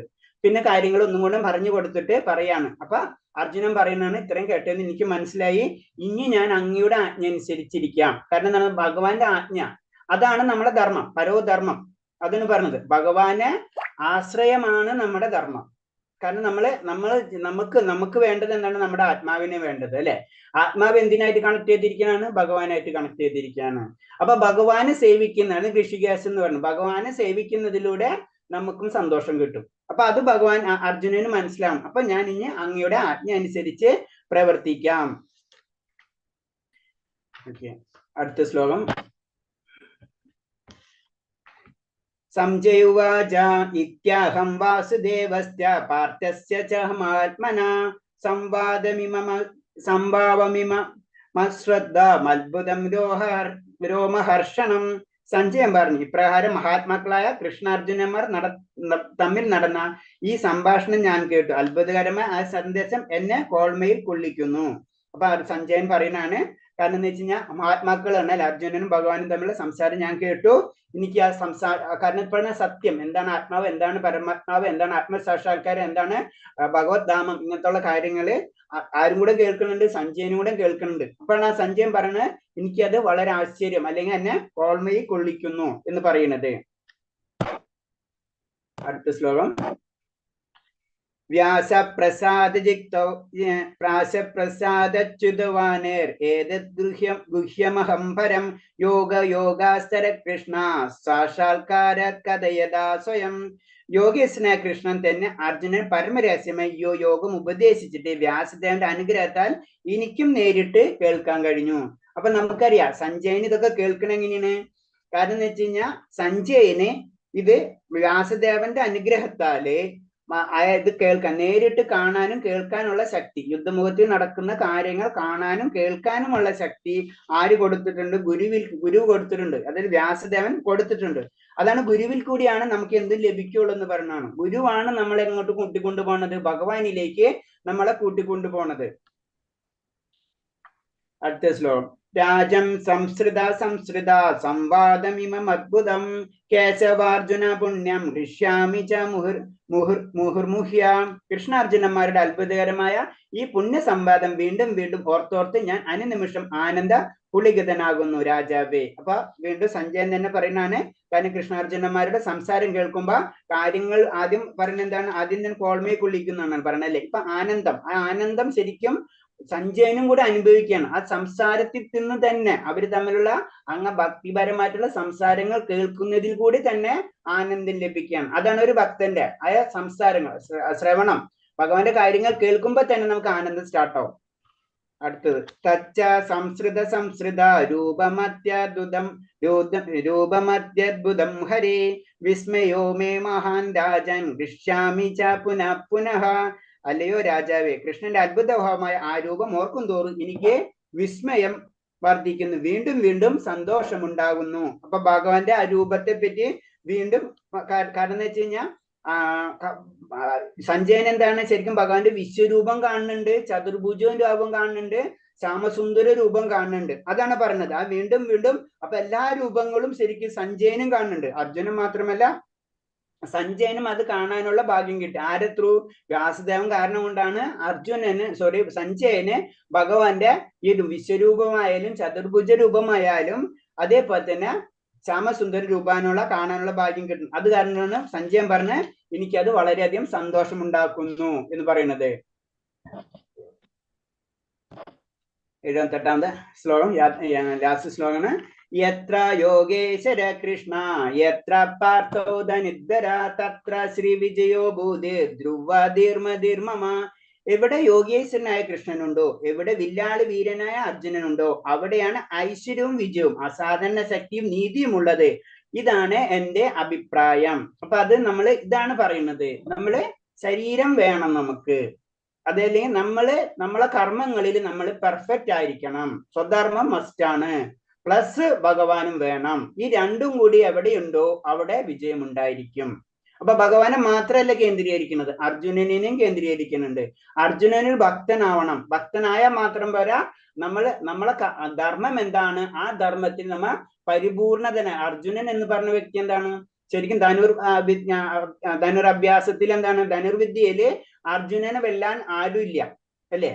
അപ്പൊ ക്ഷത്രിയനെ സംബന്ധിച്ച് ഏറ്റവും ടോപ്പ് ഉള്ളതാണ് അർജുനൻ. അപ്പൊ അതാണ് ഭൗതികതയിലെ ഏറ്റവും ടോപ്പ് എത്തിക്കഴിഞ്ഞു. ഭഗവാനും ഉണ്ട് അവിടെ. അപ്പൊ ഭഗവാനും ഫുള്ള് സപ്പോർട്ടും ഉണ്ട്. ഇത് രണ്ടും ഉണ്ടായിക്കഴിഞ്ഞാൽ അവിടെ വിജയും അസാധാരണ ശക്തിയും നീതിയും ഉള്ളത്. ഇതാണ് എന്റെ അഭിപ്രായം. അപ്പൊ നമ്മൾ എന്ത് കാര്യം നോക്കുമ്പോഴും രണ്ട് കാര്യം, ഞാനാണ് എല്ലാതും നേടിയെടുത്തത്, ഞാനാണ്, എന്റെ കഴിവാണ് അല്ല, എന്റെ കഴിവ് അതിലുണ്ട്, അതില്ല എന്നല്ല പറഞ്ഞത്. പക്ഷെ അത് തരുന്നത് ആരാണ്? ഭഗവാൻ. ഇതാണ് ലാസ്റ്റ് വന്ന് നിർത്തുന്ന ശ്ലോകം. അപ്പൊ രണ്ട് കാര്യമുണ്ട്. നമുക്ക് പല കഴിവുകളുണ്ട്. ആ കഴിവുകൾ നമ്മൾ പൂർണ്ണമായിട്ട് ഉപയോഗിക്കണം. പിന്നെ ഭഗവാൻ ഉണ്ടെങ്കിലോ നമുക്ക് ആ പൂർണ്ണമായിട്ടുള്ള കഴിവുകൾ ഉപയോഗിക്കാൻ കഴിയുള്ളൂ എന്നുള്ള വിശ്വാസവും നമ്മൾക്ക് ഉണ്ടായിരിക്കണം. അല്ലെങ്കിൽ വേറൊരു രീതി പറഞ്ഞു കഴിഞ്ഞാൽ നമ്മളെ വിശ്വാസങ്ങൾ അല്ലെങ്കിൽ നമ്മളെ കർമ്മങ്ങൾ മുഴുവനും ഭഗവാന്റെ ആജ്ഞകൾ അനുസരിക്കാൻ വേണ്ടിയിട്ടുള്ളതാണ്. അർജുനൻ എന്താ ചെയ്യണം? അർജുനൻ ഇത്രയും വലിയ ധനുർവിദ്യ അറിയുന്ന വ്യക്തിയായിട്ടും എന്താണ് യുദ്ധം ചെയ്യാൻ പോണില്ല അല്ലെ? ഭഗവാന്റെ ആജ്ഞ അനുസരിച്ചാണ് യുദ്ധം ചെയ്യുന്നത്. അത് നമ്മൾ മനസ്സിലാക്കണം അല്ലെ? അതാണ് ഭക്തനെ സംബന്ധിച്ച്. അർജുനൻ എനിക്ക് ജയിച്ചു കഴിഞ്ഞാൽ എനിക്ക് രാജ്യം കിട്ടുമെന്ന് വിചാരിച്ചിട്ടല്ല ചെയ്യുന്നത്. എന്തിനാ വെച്ചാൽ ഭഗവാന്റെ ആജ്ഞ അതേപോലെ ചെയ്യണം. പക്ഷെ എന്താണ്, എന്റെ 100% എഫേർട്സ്, അർജുനന്റെ എല്ലാ കഴിവിന്റെയും പരമാവധി ഉപയോഗിച്ചിട്ടാണ് എന്താണ് ഭഗവാന്റെ ആജ്ഞകൾ ചെയ്യുന്നത്. ഭക്തിയും അത് തന്നെയാണ്. നമുക്ക് ഈ ശരീരം കിട്ടിയിട്ടുണ്ടെങ്കിൽ ഈ ശരീരത്തിന്റെ എല്ലാ കാര്യങ്ങളും ഉപയോഗിച്ചിട്ട് നമ്മൾ ഭക്തി ചെയ്യണം. അപ്പൊ ഭഗവാനെ നമുക്ക് ലഭിക്കും. അപ്പൊ അത് വേറെ രീതി പറഞ്ഞു കഴിഞ്ഞാല്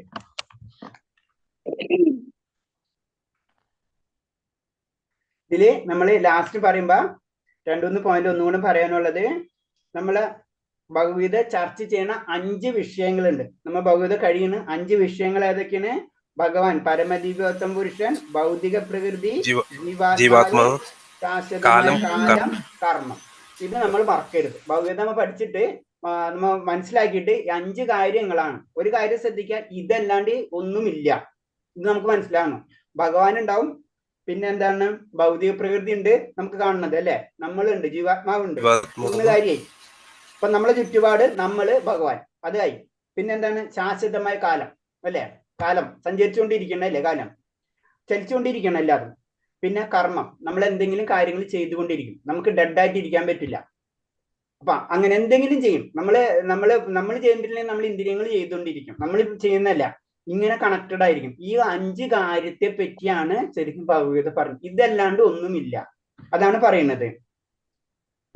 അപ്പൊ അതിൽ പറഞ്ഞത്, ഒറ്റ നോട്ടത്തിൽ ഭഗവാനും ജീവാത്മാവും ഭൗതിക പ്രകൃതി കാലമെല്ലാം വ്യത്യസ്തമായി തോന്നുമെങ്കിലും യഥാർത്ഥത്തിൽ ഭഗവാൻ നിന്ന് വിഭിന്നമായി യാതൊന്നുമില്ല. നമ്മളിത് തോന്നണം, ജീവാത്മാവ് വേറെ, കർമ്മം വേറെ, കാലം വേറെ. പക്ഷെ എന്താണ്, ഇതൊക്കെ എന്താണ്, ഭഗവാനിൽ നിന്ന് ഭിന്നമായിട്ടല്ല. ഭഗവാനിൽ നിന്നാണ് ഇതെല്ലാതും വന്നിട്ടുള്ളത്. കാലമാണെങ്കിലും ഭൗതിക പ്രകൃതിയാണെങ്കിലും നമ്മളാണെങ്കിലും. അപ്പൊ എന്നാൽ അവിടെ നിന്ന് മറ്റൊന്നിൽ നിന്ന് വ്യത്യസ്തമാണ്. പക്ഷെ എന്താണ്, ഭഗവാനിൽ നിന്നാണ് ഇതെല്ലാതും വന്നിട്ടുള്ളതെങ്കിലും ഭഗവാൻ ഇതിൽ നിന്ന് വ്യത്യസ്തമാണ്. ഭഗവാനല്ല ഭൗതിക പ്രകൃതി. എന്നാൽ ഭഗവാനാണോ ഭൗതിക പ്രകൃതി? ആണോ. ഭഗവാൻ ഇന്ന് വന്നിട്ടുള്ളത് കാരണം നമുക്ക് പറയാം ഭഗവാൻ ആണെന്ന് പറയാം. ഇതിനെയാണ് അചിന്ത ഭേദ തത്വം എന്ന് ചൈതന്യ മഹാപ്രഭുവിന്റെ സിദ്ധാന്തം. ചൈതന്യ മഹാപ്രഭു എന്ന് പറയുന്നത് അതിന് ഈ സിദ്ധാന്തത്തെയാണ് ചൈതന്യ മഹാപ്രഭു പറയുന്നത് അചിന്ത ഭേദ തത്വം. നിരപേക്ഷ തത്വത്തിന്റെ പരിപൂർണ ജ്ഞാനം ഉൾക്കൊള്ളുന്നതാണ് ഈ തത്വദർശനം. അപ്പം പരമാത്മാവ് എന്താണ് എന്ന് നമുക്ക് പറഞ്ഞു തരുന്നതാണ് ഈ അഭേദ്യ ഭേദ തത്വം. കാരണം ഭഗവാൻ ഒന്നിൽ നിന്നും വിഭിന്നനല്ല. എന്നാൽ വിഭിന്നനാണോ? ആണ്. അത് ഭഗവാന്റെ ശക്തികളാണ്.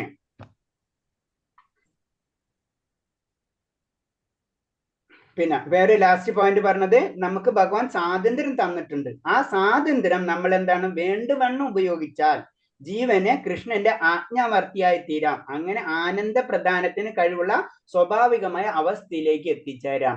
നമുക്ക് ഭഗവാൻ സ്വാതന്ത്ര്യം തന്നിട്ടുള്ളത് നമ്മൾ അത് ഉപയോഗിച്ച് ഭഗവാന്റെ ആജ്ഞകൾ നിറവേറ്റുന്ന തലത്തിലേക്ക് നമ്മൾ ഉയർന്ന് അങ്ങനെ എത്തിക്കഴിഞ്ഞാൽ നമുക്ക് ആനന്ദം, ആനന്ദമാണ് നമ്മളെ സ്വാഭാവികമായ അവസ്ഥ. നമ്മളെ ആത്മാവ് ഏത് സമയം ആനന്ദമാണ്. നമ്മളെ ചുറ്റുപാടും മാലിന്യങ്ങൾ നിറഞ്ഞ കാരണം കൊണ്ടാണ് ആ ആനന്ദം നമുക്ക് അനുഭവപ്പെടാത്തത്. നമ്മൾ ഉയരും തോറും മാലിന്യം, നമ്മൾ ഓരോ തോടുകൾ പൊട്ടിച്ചെറിയണ പോലെയാണ്. അങ്ങനെ പൊട്ടിച്ച് ലാസ്റ്റ് നമ്മൾ ആത്മീയ ലോകത്തിലെത്തുമ്പോൾ കംപ്ലീറ്റ് പറഞ്ഞ പോലെ തന്നെ അഹംഭാവം അത് മാത്രമായിട്ട് നമ്മൾ ചെല്ലും. അതിനു വേണ്ടിയാണ് ഭഗവാൻ സ്വാതന്ത്ര്യം നമുക്ക് തന്നിട്ടുള്ളൂ. ആ സ്വാതന്ത്ര്യം നമ്മൾ ഭൗതിക ലോകത്തിൽ ഉപയോഗിച്ചു കഴിഞ്ഞാൽ നമ്മൾ മുകളിലേക്ക് പോകില്ല. ഹരേ കൃഷ്ണ. അപ്പൊ ധർമ്മം അതൊക്കെ വളരെ മൈന്യൂട്ട് ആയിട്ടുള്ള കാര്യങ്ങളാണ്. കഴിഞ്ഞ് നമുക്ക് ഇത്രയും പറഞ്ഞ ശ്ലോകത്തിൽ എന്തെങ്കിലും സംശയം ഉണ്ടോ? ഒരു 6-7 ശ്ലോകങ്ങൾ നമ്മൾ എടുത്തതെന്ന്. അതിൽ 7 ശ്ലോകങ്ങളിലും ലാസ്റ്റത്തെ ശ്ലോകങ്ങൾ വളരെ ഇമ്പോർട്ടന്റ് ആണ്. ഒന്ന് സർവധർമ്മ പരിത്യേജ, എല്ലാ ധർമ്മങ്ങളെയാണ് പരിത്യേജിക്കേണ്ടതെന്ന് പറയുന്നുണ്ട്. പിന്നെ ഭക്തന്മാർക്ക് കാര്യങ്ങൾ പറഞ്ഞു കൊടുക്കുന്ന വ്യക്തി ആരാണെന്ന് വെച്ച് കഴിഞ്ഞാൽ ഭഗവാനെ പറ്റി അറിയാൻ ആഗ്രഹമുള്ള വ്യക്തികൾക്ക് പറഞ്ഞു കൊടുക്കുന്ന ഭക്തൻ ഭഗവാനെ ഏറ്റവും പ്രിയപ്പെട്ടവൻ എന്ന് പറയുന്നുണ്ട്. പിന്നെ ലാസ്റ്റ് പറഞ്ഞു വരുന്നത് എപ്പോഴും ഭഗവാനെ ഓർമ്മിപ്പിക്കാൻ എന്ന് പറയുന്നത് അല്ലെ. മന്മഥ ഭക്തോ, ഭഗവാൻ എന്നെ ഓർക്കുക എന്നാണ് പറഞ്ഞു. ക്ലിയർ കട്ട് പറയുന്ന ഭഗവാൻ എന്റെ ഭക്തനാവുക, എന്നെ ആരാധിക്കുക, പ്രണമിക്കുക. ഇങ്ങനെ ചെയ്തവൻ നിശ്ചയമായി നിനക്ക് എന്നെ പ്രാപിക്കും. ഞാൻ തീർത്ത് പറയുന്നു എന്നാൽ എനിക്ക് പ്രിയപ്പെട്ടവനാണ് നീ. അപ്പൊ ഭഗവാന് പ്രിയപ്പെട്ടവനായി തീരെ നമ്മൾ. അതാണ് നമ്മൾ ചെയ്യേണ്ടത്. നമ്മുടെ ചുറ്റുപാടുകളെ നമ്മൾ പതുക്കെ മാറ്റി ഭഗവാന് പ്രിയപ്പെട്ടതായി തീർക്കുക നമ്മള്. പിന്നെ ആരോടാണ് ഭക്തി പറയാൻ പാടില്ലാത്തത് പറയുന്നുണ്ട്. തപസ്സോ ഭക്തിയോ ഇല്ലാത്തവർക്കും ഭക്തി സേവന കർമ്മത്തിൽ ഏർപ്പെടാത്തവർക്കും എന്നോട് അസൂയുള്ളവർക്കും രഹസ്യമായി ഞാൻ ഉപദേശിക്കരുത്. ഇതും ഭഗവാൻ പറഞ്ഞാണ്. തപസ്സോ ഭക്തിയോ ഇല്ലാത്തവർക്കും, അതാണ് നമ്മൾ തർക്കിക്കാനും ജയിക്കാനും വരുന്നവരോട് നമ്മൾ പറയേണ്ട ആവശ്യമില്ല. അറിയാനും അറിയിക്കാനും ഉള്ള വ്യക്തികളാണെങ്കിൽ അവർക്ക് കുഴപ്പമില്ല. അതും പറയുന്നുണ്ട്. എന്റെ പരമരഹസ്യമേ ഈ ജ്ഞാനത്തെ എന്റെ ഭക്തന്മാർക്ക് ഉപദേശിക്കുന്നതിന് ശുദ്ധ ഭക്തിയുദ്ധസേവനം സുനിശ്ചിതമാണ്. അപ്പൊ എന്റെ ഭക്തർക്ക് നമ്മൾ എന്തായാലും നമ്മൾ അറിയാവുന്ന കാര്യങ്ങൾ നമ്മൾ പറഞ്ഞു കൊടുക്കണം. നമ്മൾ ആ ലെവലിലൊന്നല്ല, ഞാൻ ജനറൽ ആയിട്ട് പറയാണ്. നമ്മൾ അറിയാവുന്ന കാര്യങ്ങൾ പറഞ്ഞു കൊടുക്കണം. അതും ഭക്തന്മാർക്ക് അറിയാനുള്ള ആഗ്രഹമുള്ളവർക്ക്. അപ്പൊ എന്താണ് അതിൽ സംഭവിക്കുന്നത്? സത്സംഗമാണ്. സെക്കൻഡ് പാർട്ടാണ് നമ്മൾ നടക്കുന്നത്. കാരണം സത്സംഗമാണ്. 2 പേർക്ക് അറിയാൻ ആഗ്രഹമുണ്ട്. അപ്പൊ അതിലെ ആനന്ദമാണ് ലഭിക്കുന്നത് നമുക്ക്.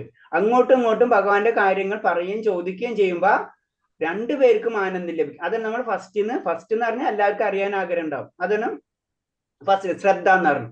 സാധുസംഗാണ് എന്ന് പറയുന്നത്. അപ്പൊ അതിലെന്താണ് അറിയിക്കാനുള്ള ആഗ്രഹമാണ് രണ്ടാമത്തെ. ആ ലെവലിലാണ് ഇത് പറയുന്നത്. ആ ലെവലിൽ എത്തുമ്പോൾ ആ വ്യക്തിനെയും ഭഗവാൻ ഇഷ്ടമാണ്. ആ സാധുസംഗത്തിന്റെ ലെവലിലേക്ക് എത്തിയാൽ തന്നെ നമ്മൾ കുറച്ച് പാസ്സായി. അടുത്തത് പിന്നെ പറയുന്നത് ലാസ്റ്റ് പറയുന്ന ശ്ലോകം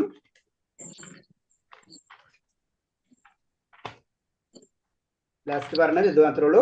എവിടെ യോഗേശ്വര കൃഷ്ണനുണ്ടോ, എവിടെ വില്ലാളി വീരനായ അർജുനനുണ്ടോ, അവിടെയാണ് ഐശ്വര്യവും വിജയവും അസാധാരണ ശക്തിയും നീതിയും ഉള്ളതാണ്. ഇത് തന്നെയാണ് എന്റെ അഭിപ്രായം. അപ്പൊ അതിനെ പല രീതിയിൽ പല കോണിൽ നിന്ന് നമുക്ക് കാണാം അതിനെ. അപ്പൊ ഒന്നാമത്തെ കാരണം എന്ന് വെച്ച് കഴിഞ്ഞാൽ ഭൗതികമായിട്ട് എന്ത് നേടിയാലും അത് ഭഗവാന്റെ കരുണ ഇല്ലാണ്ട് നമുക്കൊന്നും നേടാൻ കഴിയില്ല. അത് ഒന്നത്തെ കാര്യം. അപ്പൊ എന്നാലേ അവിടെ വിജയം ഉണ്ടാവുള്ളൂ. അല്ലാണ്ട് എല്ലാതും ഞാൻ നേടിയെന്ന് ചിന്തിക്കുമ്പോൾ നമ്മളെ ഭാവം അസുരഭാവമായി മാറിക്കഴിഞ്ഞു. പിന്നെ രണ്ടാമത്തെ എന്ന് പറഞ്ഞാൽ നമുക്ക് എന്ത് തന്നിട്ടുണ്ടെങ്കിൽ നമുക്ക് തന്നിട്ടുള്ള ഏത് ശക്തിയാണെങ്കിലും ആ ശക്തി ഉപയോഗിക്കേണ്ടത് എന്തിനാണ്? ഭഗവാന്റെ കാര്യങ്ങളിൽ ആത്മസാക്ഷാത്കാരത്തിന് വേണ്ടിയാണ് നമ്മൾ ഉപയോഗിക്കേണ്ടത്. നമ്മളെ സ്വാതന്ത്ര്യം വേണ്ടുവണ്ണം ഉപയോഗിച്ചാൽ ജീവന് കൃഷ്ണന്റെ ആജ്ഞാനുവർത്തിയായി തീരാം. അങ്ങനെ ആനന്ദപ്രദാനത്തിന് കഴിവുള്ള സ്വാഭാവികമായ അവസ്ഥയിലെത്താം. അപ്പൊ നമ്മളെ ശരീരവും നമ്മുടെ മനസ്സും മുഴുവനായിട്ട് അവിടെയാണ് അർജുനന്റെ ഉദാഹരണം എടുക്കേണ്ടത്. അർജുനൻ ഒരു ക്ഷത്രിയൻ എന്നുള്ള രീതിയിൽ അർജുനന് വെല്ലാൻ ആരുമില്ല, വില്ലാളി വീരൻ അല്ലെ, അർജുന വെല്ലാൻ. അതേപോലെ ആയിരിക്കണം നമ്മളെ ജീവിതം, ഭക്തിയിലാണെങ്കിലും ഭൗതികതയിലാണെങ്കിലും. ഹരേ കൃഷ്ണ. ഓം നമോ ഭഗവതേ വാസുദേവായ. കൃഷ്ണ. ഹരേ കൃഷ്ണ പ്രഭുജി. ഒരു ശ്ലോകം ഗ്രൂപ്പിൽ ഇടാ പറഞ്ഞിട്ടുണ്ടായിരുന്നു, ഹരേർനാമ എന്നുള്ള ശ്ലോകം. ഹരേർനാമ എന്നുള്ള ശ്ലോകം അല്ലെ, ഞാൻ വിട്ടുപോയി. അത് ഭൗഗീതയിലുണ്ട്, അത് ശ്ലോകം ഭൗഗീതയിലുണ്ട്. അത് ഭൗഗീതയിൽ തന്നെ പലയിടത്തും കോട്ട് ചെയ്തിട്ടുള്ള ശ്ലോകമാണ് അത്. അത് പലയിടത്തും രണ്ടു മൂന്നിടത്ത് കോട്ട് ചെയ്തിട്ടുണ്ട് ആ ശ്ലോകങ്ങൾ. അത് ഞാൻ വേണമെങ്കിൽ ഇടാം ഒന്നും കൂടെ. അത് കോട്ട് ചെയ്തിട്ടുണ്ട് പലയിടത്തും.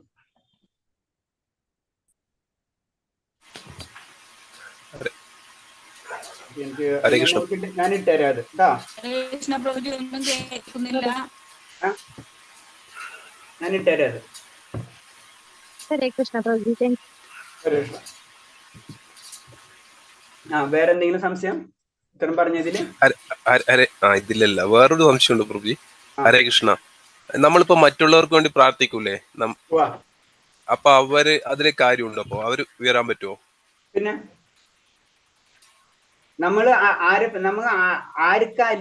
പറ്റി പ്രാർത്ഥിക്കുമ്പോൾ നമ്മൾ അവരായിട്ട് ഒരു കണക്ഷൻ ഉള്ളവരെ കൊണ്ടല്ല നമ്മൾ അവരായിട്ട് പ്രാർത്ഥിക്കുന്നത് ആണല്ലോ. അല്ലെങ്കിൽ ഒരു കണക്ഷൻ ഉണ്ടാവില്ല നമ്മളായിരിക്കും, നമ്മളെ അച്ഛനും അമ്മയോ അല്ലെങ്കിൽ ബന്ധക്കാരോ സ്വന്തക്കാരോ നമ്മളെ രാജോ അല്ലെ എന്താണെങ്കിലും ആയിക്കോട്ടെ. നമ്മൾ പ്രാർത്ഥിക്കേണ്ടത് ശരിക്കും എങ്ങനെയാണ്? എല്ലാവർക്കും അല്ലെ, വാസുദേവ. അപ്പൊ അങ്ങനെ അപ്പൊ ആ ലെവലിൽ നമ്മുടെ കൺസെപ്റ്റ് തന്നെ. അപ്പോ അത് ബലം ഉണ്ടാവും, അതിനൊരു സംശയമില്ല. അതിന് നമ്മളെ വീട്ടിൽ തന്നെ നമ്മൾ ഭക്തിപരമായിട്ടുള്ള കാര്യങ്ങൾ ചെയ്തുകൊണ്ടിരിക്കുന്നത് കഴിഞ്ഞാല് മറ്റുള്ളവർക്ക് അത് അഫക്റ്റ് ചെയ്യും. അപ്പൊ നമ്മളല്ലേ ചെയ്യുന്നത്, മറ്റുള്ളവർക്ക് എങ്ങനെ അഫക്റ്റ് ചെയ്യുന്നത്? നമ്മളെ വീട്ടിൽ ചിലപ്പോൾ പ്രഭുക്കന്മാരായിരിക്കും ചെയ്യുക, ചിലപ്പോൾ മാതാജിമാരായിരിക്കും ചിലപ്പോൾ ഇനീഷ്യൽ സ്റ്റേജിൽ സ്റ്റാർട്ട് ചെയ്യുന്നത്. പക്ഷെ കുറച്ച് കഴിയുമ്പോൾ മറ്റുള്ളവരിലേക്കും പതുക്കെ പതുക്കെ ഇത് പകരും. അതെങ്ങനെ സംഭവിക്കുന്നത്? അത് ഇത് തന്നെയാണ് ഭഗവാന്റെ കാര്യം. അതാണ് നമ്മൾ പറയുന്നത്, നാമം ചെല്ലുമ്പോൾ നമ്മൾ ഉറക്ക ചെല്ലണം എന്ന് പറയുന്നത്.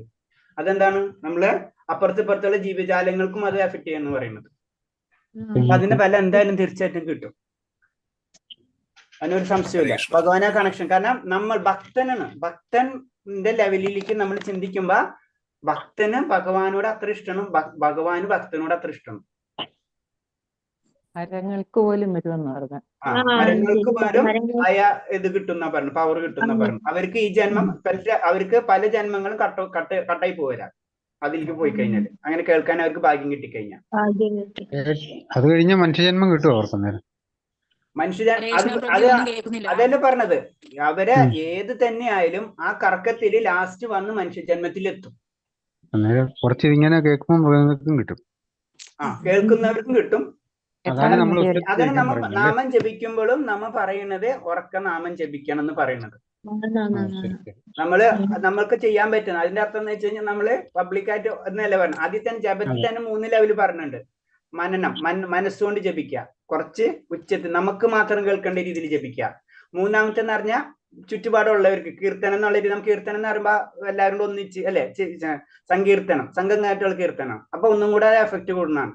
നമ്മൾ അതിന് സിമ്പിൾ ആയിട്ട് ചിന്തിച്ചാൽ മതി. സങ്കീർത്തനം കേൾക്കുമ്പോ ഭക്തന്മാർ കൂടിക്കൊണ്ടിരിക്കും ക്ഷേത്രങ്ങളിൽ അല്ലെ.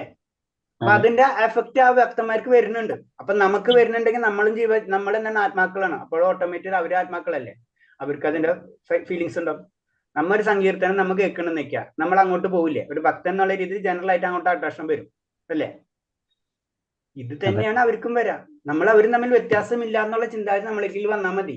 അവബോധം ഇത്തിരി കുറവാണെന്നുള്ളൂ, ബാക്കിയൊക്കെ നമ്മളെ പോലെ തന്നെയാണ് അവർക്ക് 10 പ്രാവശ്യം പറഞ്ഞാലും മനസ്സിലാവുള്ളൂ, നമുക്ക് ഒരു പ്രാവശ്യം പറഞ്ഞാൽ മനസ്സിലാവും. ഹരേ കൃഷ്ണ. അപ്പൊ അമ്പലത്തിൽ പോയാലും നമ്മൾ ഉറക്കാണോ പ്രഭുജി പ്രാർത്ഥിക്കേണ്ടത്? ഏത് നാമം ചൊല്ലി എല്ലാവർക്കും ബുദ്ധിമുട്ടല്ലേ? അതാണ് പറഞ്ഞത്. അത് ചെയ്തിട്ട് വെച്ചിട്ട് നമ്മൾ അമ്പലത്തിൽ പോയി പ്രാർത്ഥിക്കാനല്ല പറയുന്നത്. സങ്കീർത്തനത്തിന് അതിന്റെ പവർ ഉണ്ട്. അതാണ് സങ്കീർത്തനം നമ്മൾ ചെയ്യണം എന്ന് പറയുന്നത്. അപ്പൊ അമ്പലങ്ങളായിട്ട് ചെയ്യുന്ന പറഞ്ഞു കഴിഞ്ഞാൽ അമ്പലങ്ങളിൽ ഒരേ ചടങ്ങുകളും കാര്യങ്ങളും ഉണ്ട്. അതിനെ ഡിസ്റ്റർബൻസ് ചെയ്യാൻ പാടില്ല. ഓരോ അമ്പലങ്ങളിലും ഓരോ രീതിയിലായിരിക്കും അവിടെ പ്രതിഷ്ഠകൾ ചെയ്തിട്ടുള്ള അവിടുത്തെ പൂജാവിധികളും ചെയ്തിട്ടുണ്ട്. എനിക്ക് മാത്രം ഭക്തി ഉണ്ടെന്ന് പറഞ്ഞ് നമ്മൾ അവിടെ ബാക്കിയുള്ളവർ ഭക്തരല്ലേ? അവിടുത്തെ ചിട്ടകളുണ്ട്, അതിൽ നമ്മൾ ചെയ്തേ പറ്റുള്ളൂ. ദീപാരാധന സമയത്ത് നാമം ജപിക്കുമല്ലോ.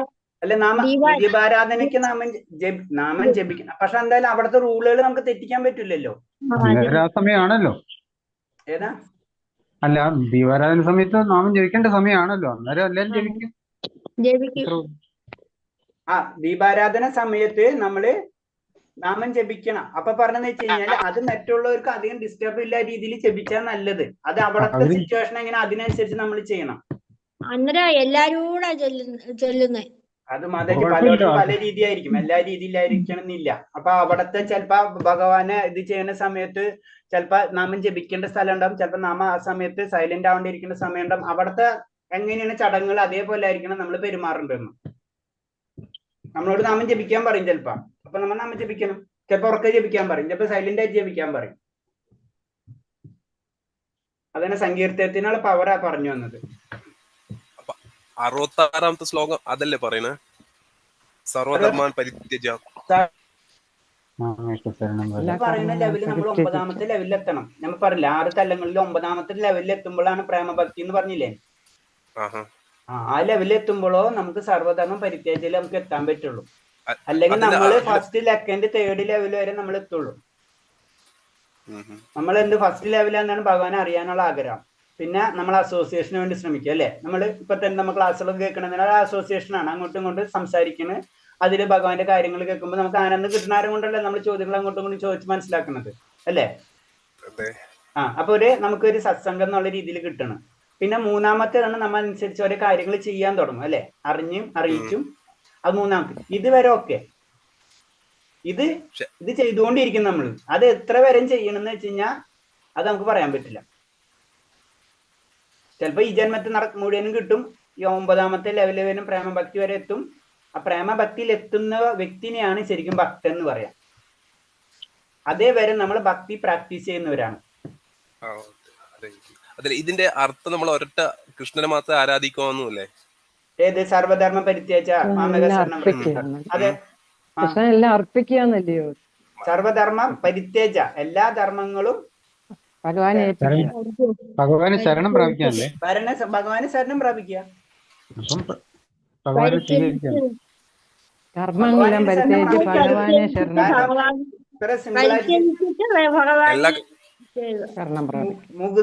ഭഗവാൻ അല്ലെ? മുക്തി തരുന്ന ഭഗവാനാണോ? അപ്പൊ ഭഗവാൻ നമുക്ക് മുക്തിയാണ് വേണ്ടതെന്ന് വെച്ചാൽ ഭഗവാനോട് നമ്മൾ സറണ്ടർ ആയിരിക്കണം.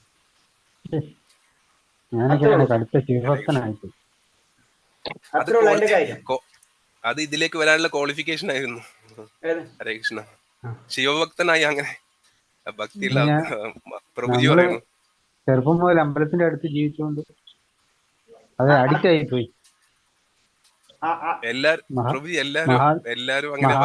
ശിവനും കൃഷ്ണനും ഒന്നാന്ന് പറയുന്നതും ഉണ്ടല്ലോ.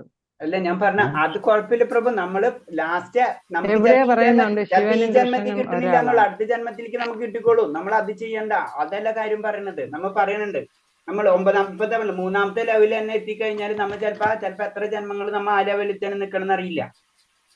പിന്നെ ഞാനൊന്ന് സമാധാനിക്കുന്നത് രുദ്രന്മാര് ശിവനും ഞാനാന്ന് പറയുന്നത് കൊണ്ട് ശിവനും കൃഷ്ണനും രണ്ടെന്ന് കാണരുതെന്ന് പറയുന്ന ഒരു കീർത്തനം വിഭൂതി ലോകത്തിൽ പറഞ്ഞിട്ടുണ്ടല്ല. ശങ്കരൻ രുദ്രൻ എന്ന് പറയുമ്പോ അത് പറഞ്ഞിട്ടുണ്ടല്ല, അത് ഞാനാകുന്നു പറഞ്ഞിട്ടുണ്ടല്ലോ. അപ്പൊ പിന്നെ സമാധാനം ഇല്ലേ? പിന്നെ നമ്മൾ ആലോചിക്കുക, നമുക്കാണ് വിഷമം, ദേവന്മാര് തമ്മിലായ വിഷമം ഉണ്ടാവില്ല. അയ്യോ അവന്റെ അടുത്ത് പോയല്ലോ. നമ്മളെ രീതിയിൽ നമ്മൾ ചിന്തിക്കും, അവന്റെ വീട്ടിൽ വന്ന് എന്റെ വീട്ടിൽ വന്നില്ല എന്ന് നമ്മൾ ചിന്തിക്കും. അവര് തമ്മിൽ അങ്ങനത്തെ പ്രശ്നം ഉണ്ടാവില്ല. അതിന് നമ്മൾ ഉയരുമ്പോൾ അവര് ആ ലെവലിൽ എത്തിക്കഴിഞ്ഞാൽ അല്ലെ, അവര് തമ്മിൽ പ്രശ്നം ഉണ്ടാവില്ല. നമ്മ തമ്മിലാണ് പ്രശ്നം വരുന്നത്. നമ്മളെ ചിന്താഗതി അങ്ങനെയാണ്. ദേവന്മാരെ ലെവൽ അതല്ല അവര് ദേവൻ എന്ന് പറയുന്നത്. അല്ല ശിവം എന്ന് പറഞ്ഞ മംഗളമാണ്, പരമാവധി ദൈവമാണ് ഉദ്ദേശിക്കുന്നത്. ശിവനും കൃഷ്ണനെ ഭരിക്കുന്നുണ്ടല്ലോ അല്ലേ, അതുകൊണ്ട്. നമുക്ക് ഇനി ആ ക്വസ്റ്റ്യൻ ആൻസർ നോക്കാം. അങ്ങനെയുണ്ട്.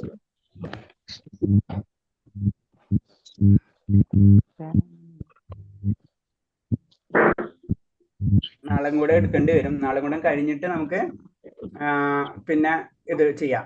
എന്താ കഴിയൂല, എന്തായാലും ക്വസ്റ്റ്യൻ ആൻസർ തീരൂല. എക്സാം 2-3 ദിവസം കഴിഞ്ഞിട്ട് വരെ പ്രഭുജി. നമ്മ 2-3 ദിവസം കഴിഞ്ഞ് കഴിഞ്ഞാൽ നമ്മള് ഭഗവാന്റെ അടുത്താൽ തന്നെ അത്ര ലേറ്റ് ആവും. നമ്മള് ഒരു സെക്കൻഡ് പോലും പറയണെന്താണ്, ഒരു സെക്കൻഡ് പോലും ഭഗവാനെ നമ്മൾ ചെയ്യുന്നത് ആഴ്ചയില് അല്ലെ ഒരു ദിവസത്തില് 1 മണിക്കൂറാണ്. അത് ഞാൻ പറയാം. നാളെ എന്തായാലും ക്ലാസ് ഉണ്ടാവും. ഇത് തന്നെ ഒന്നും കൂടെ ജനറൽ ആയിട്ട് ഒന്നും കൂടെ കാര്യങ്ങൾ പറഞ്ഞു തരാം.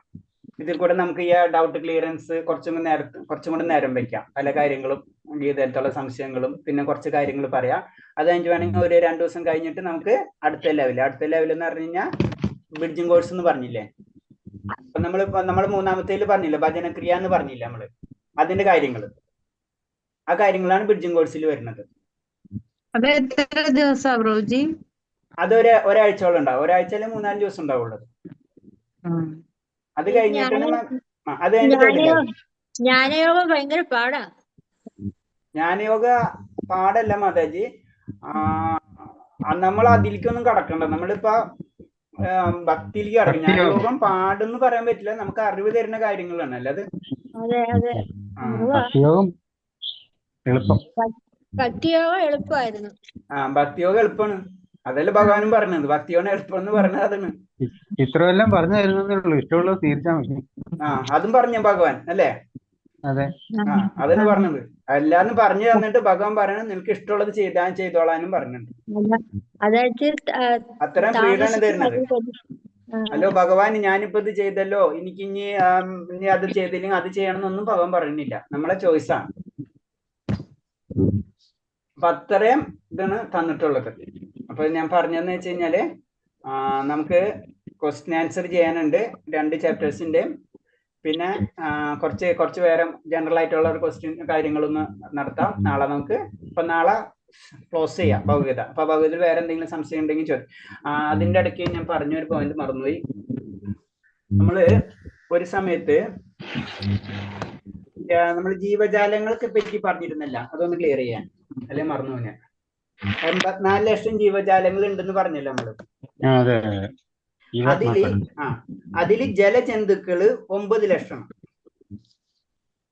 ജലജന്തുക്കൾ 9 ലക്ഷം ഉണ്ട്. സസ്യങ്ങള് ചലനമില്ലാത്തത് 20 ലക്ഷം. ഇഴജന്തുക്കൾ 11 ലക്ഷം. പക്ഷികൾ 10 ലക്ഷം. നാൽക്കാലികൾ 30 ലക്ഷം. മനുഷ്യർ 4 ലക്ഷം. അത്ര ഞാൻ ഇത് തിരിക്കുന്നത്. ജലജന്തുക്കൾ 9 ലക്ഷം. 84 ലക്ഷത്തില് ജലജന്തുക്കൾ 9 ലക്ഷം. സസ്യങ്ങൾ ചലിക്കാത്ത 20 ലക്ഷം. ഇഴജന്തുക്കൾ 11 ലക്ഷം. പക്ഷികൾ 10 ലക്ഷം. നാൽക്കാലികൾ 30 ലക്ഷം. മനുഷ്യർ 4 ലക്ഷം. ഓക്കെ, അതൊന്ന് ഞാൻ ജസ്റ്റ് വിട്ടുപോകുന്നു. പക്ഷികൾ 10 ലക്ഷം. നാൽക്കാലികൾ 30 ലക്ഷം. മനുഷ്യര് 4 ലക്ഷം. ഇഴജന്തുക്കൾ 11 ലക്ഷം.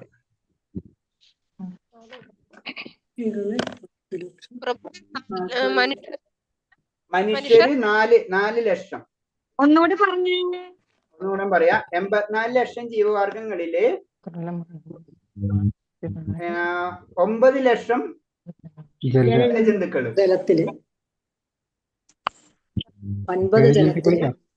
20 ലക്ഷം ചലനമില്ലാത്ത സസ്യങ്ങള് 20 ലക്ഷം. പിന്നെ ഇഴജന്തുക്കൾ 11 ലക്ഷം. ഇഴജന്തുക്കൾ 11 ലക്ഷം. പക്ഷികൾ 10 ലക്ഷം. നാൽക്കാലികൾ 30 ലക്ഷം. മനുഷ്യര് 4 ലക്ഷം. ഓക്കെ, ഇതില് 4 ലക്ഷം നാൽക്കാലികളാണോ കൂടുതൽ? നാൽക്കാലികൾ 30 ലക്ഷം. നാൽക്കാലികളാണ് കൂടുതൽ. ഇതെന്ന് പറയുമ്പോള് നമ്മ ചിന്തിക്കുന്ന 84 ലക്ഷം എന്ന് പറയുമ്പോള് ഈ ഭൂമിയിൽ നിന്നുള്ളതെന്നല്ല, ഭൗതിക ലോകത്തിൽ മുഴുവനായിട്ടുള്ളതാണ്. അതൊരു ഭാഗവതത്തില് ക്ലിയർ ആയിട്ട് പറയുന്നുണ്ട്. ബ്രഹ്മദേവ മുതൽ അങ്ങ് താഴെയുള്ള നിസ്സാര ഉറുമ്പ് വരെ 84 ലക്ഷം ജീവജാലങ്ങളുണ്ട്. അപ്പൊ ബ്രഹ്മാവ് തൊട്ട് ഉറുമ്പ് വരെയുള്ള എല്ലാ ജീവജാലങ്ങളും 84 ലക്ഷം.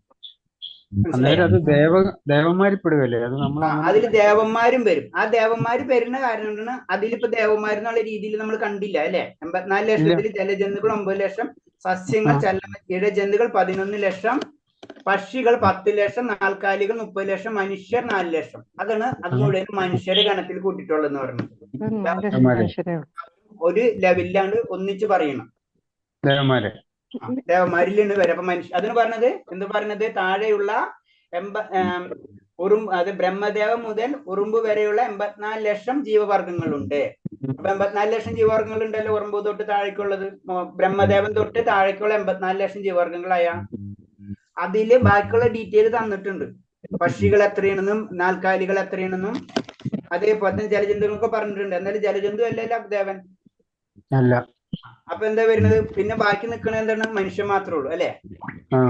അപ്പൊ അതിൽ ആ കാറ്റഗറിയില് അതിൽ കയറിപ്പോ 4 ലക്ഷം തരങ്ങളാ തരങ്ങളാണ് 4 ലക്ഷം. അതില് ദേവന്മാര്, കിന്നരന്മാര്, അതേപോലെ തന്നെ യക്ഷന്മാര്, ഇതൊക്കെ അതില് വരും. അതിനൊരു ചെറിയൊരു ഇത് പറഞ്ഞുതരാം. അത് ഒന്നും കൂടെ എക്സ്പ്ലെയിൻ ചെയ്യാൻ വേണ്ടിട്ട്.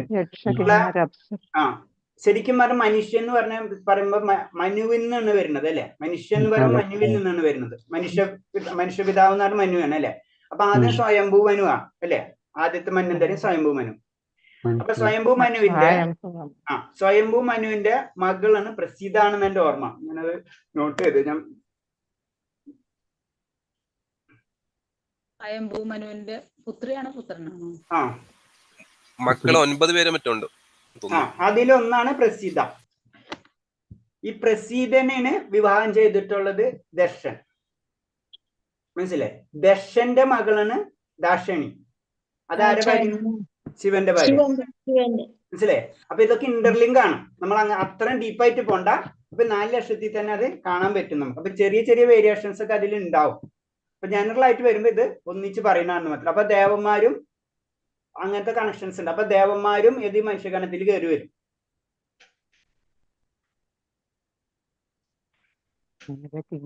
അന്ന് ഞാനത് പറഞ്ഞാരോണ്ട് ഒന്നും കൂടെ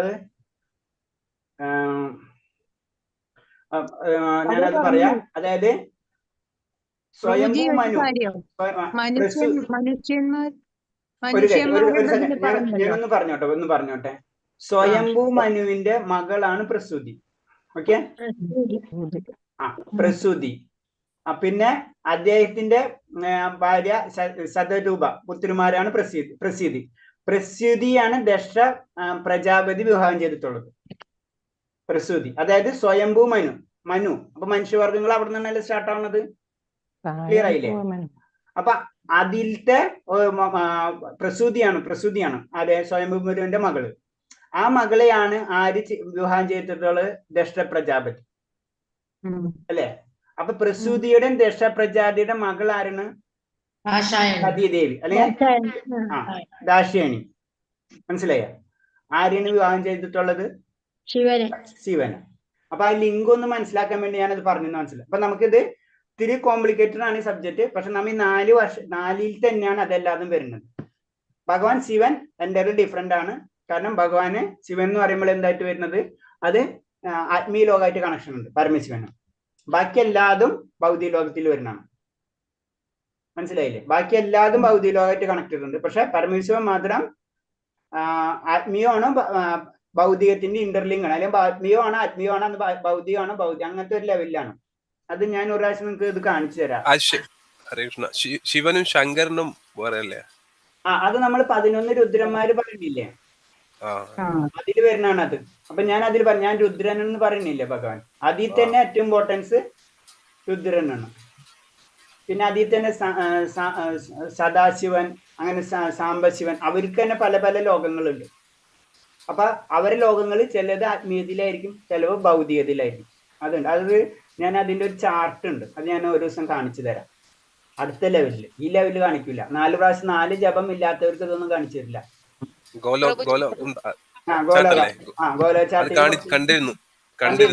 അതില് കാണിച്ചിരുന്നു അല്ലേ? അപ്പൊ അതിൽ ഞാൻ ഒന്നും കൂടെ അതിൽ കുറെ എക്സ്പ്ലെയിൻ ചെയ്യാനുണ്ട്. അതില് ഭഗവാന്റെ വിസ്തരണങ്ങളൊക്കെ പറ്റി 16,100 ഭാര്യമാരെ പറ്റിയൊക്കെ അതിൽ പറഞ്ഞിട്ടുണ്ട്. അപ്പൊ അത് 16,100 ഭാര്യ, 108 ഭാര്യമാരില്ല, അതാണ് സഖിമാര്. അവരാണ് ശരിക്കും ഇവിടെ ഇറങ്ങുന്നത്. ഇവിടെ ഭൗതിക ലോകത്തിൽ ഇറങ്ങുമ്പോഴാണ് ഭഗവാന്റെ ഭാര്യമാരായിട്ട് വരുന്നത്. അപ്പൊ അതാണ് ശരിക്കും ഒറിജിനൽ, അതാണ് ആത്മീയ ലോകം. പിന്നെ ബാക്കി ഭഗവാന്റെ വിസ്തരണങ്ങളാണ്. പിന്നെ അത് ഞാൻ പിന്നീട് പറഞ്ഞു തരാം, അത് ഡീറ്റെയിൽ ആയിട്ട്. ഇങ്ങനെ ഒരു കാര്യമുണ്ട്. പിന്നെ നമ്മൾ പിന്നെ അന്ന് വേറെ ഒരു കാര്യം സംസാരിച്ചിരുന്നു, അത് ഞാൻ നോക്കിയിട്ട് പറയാം.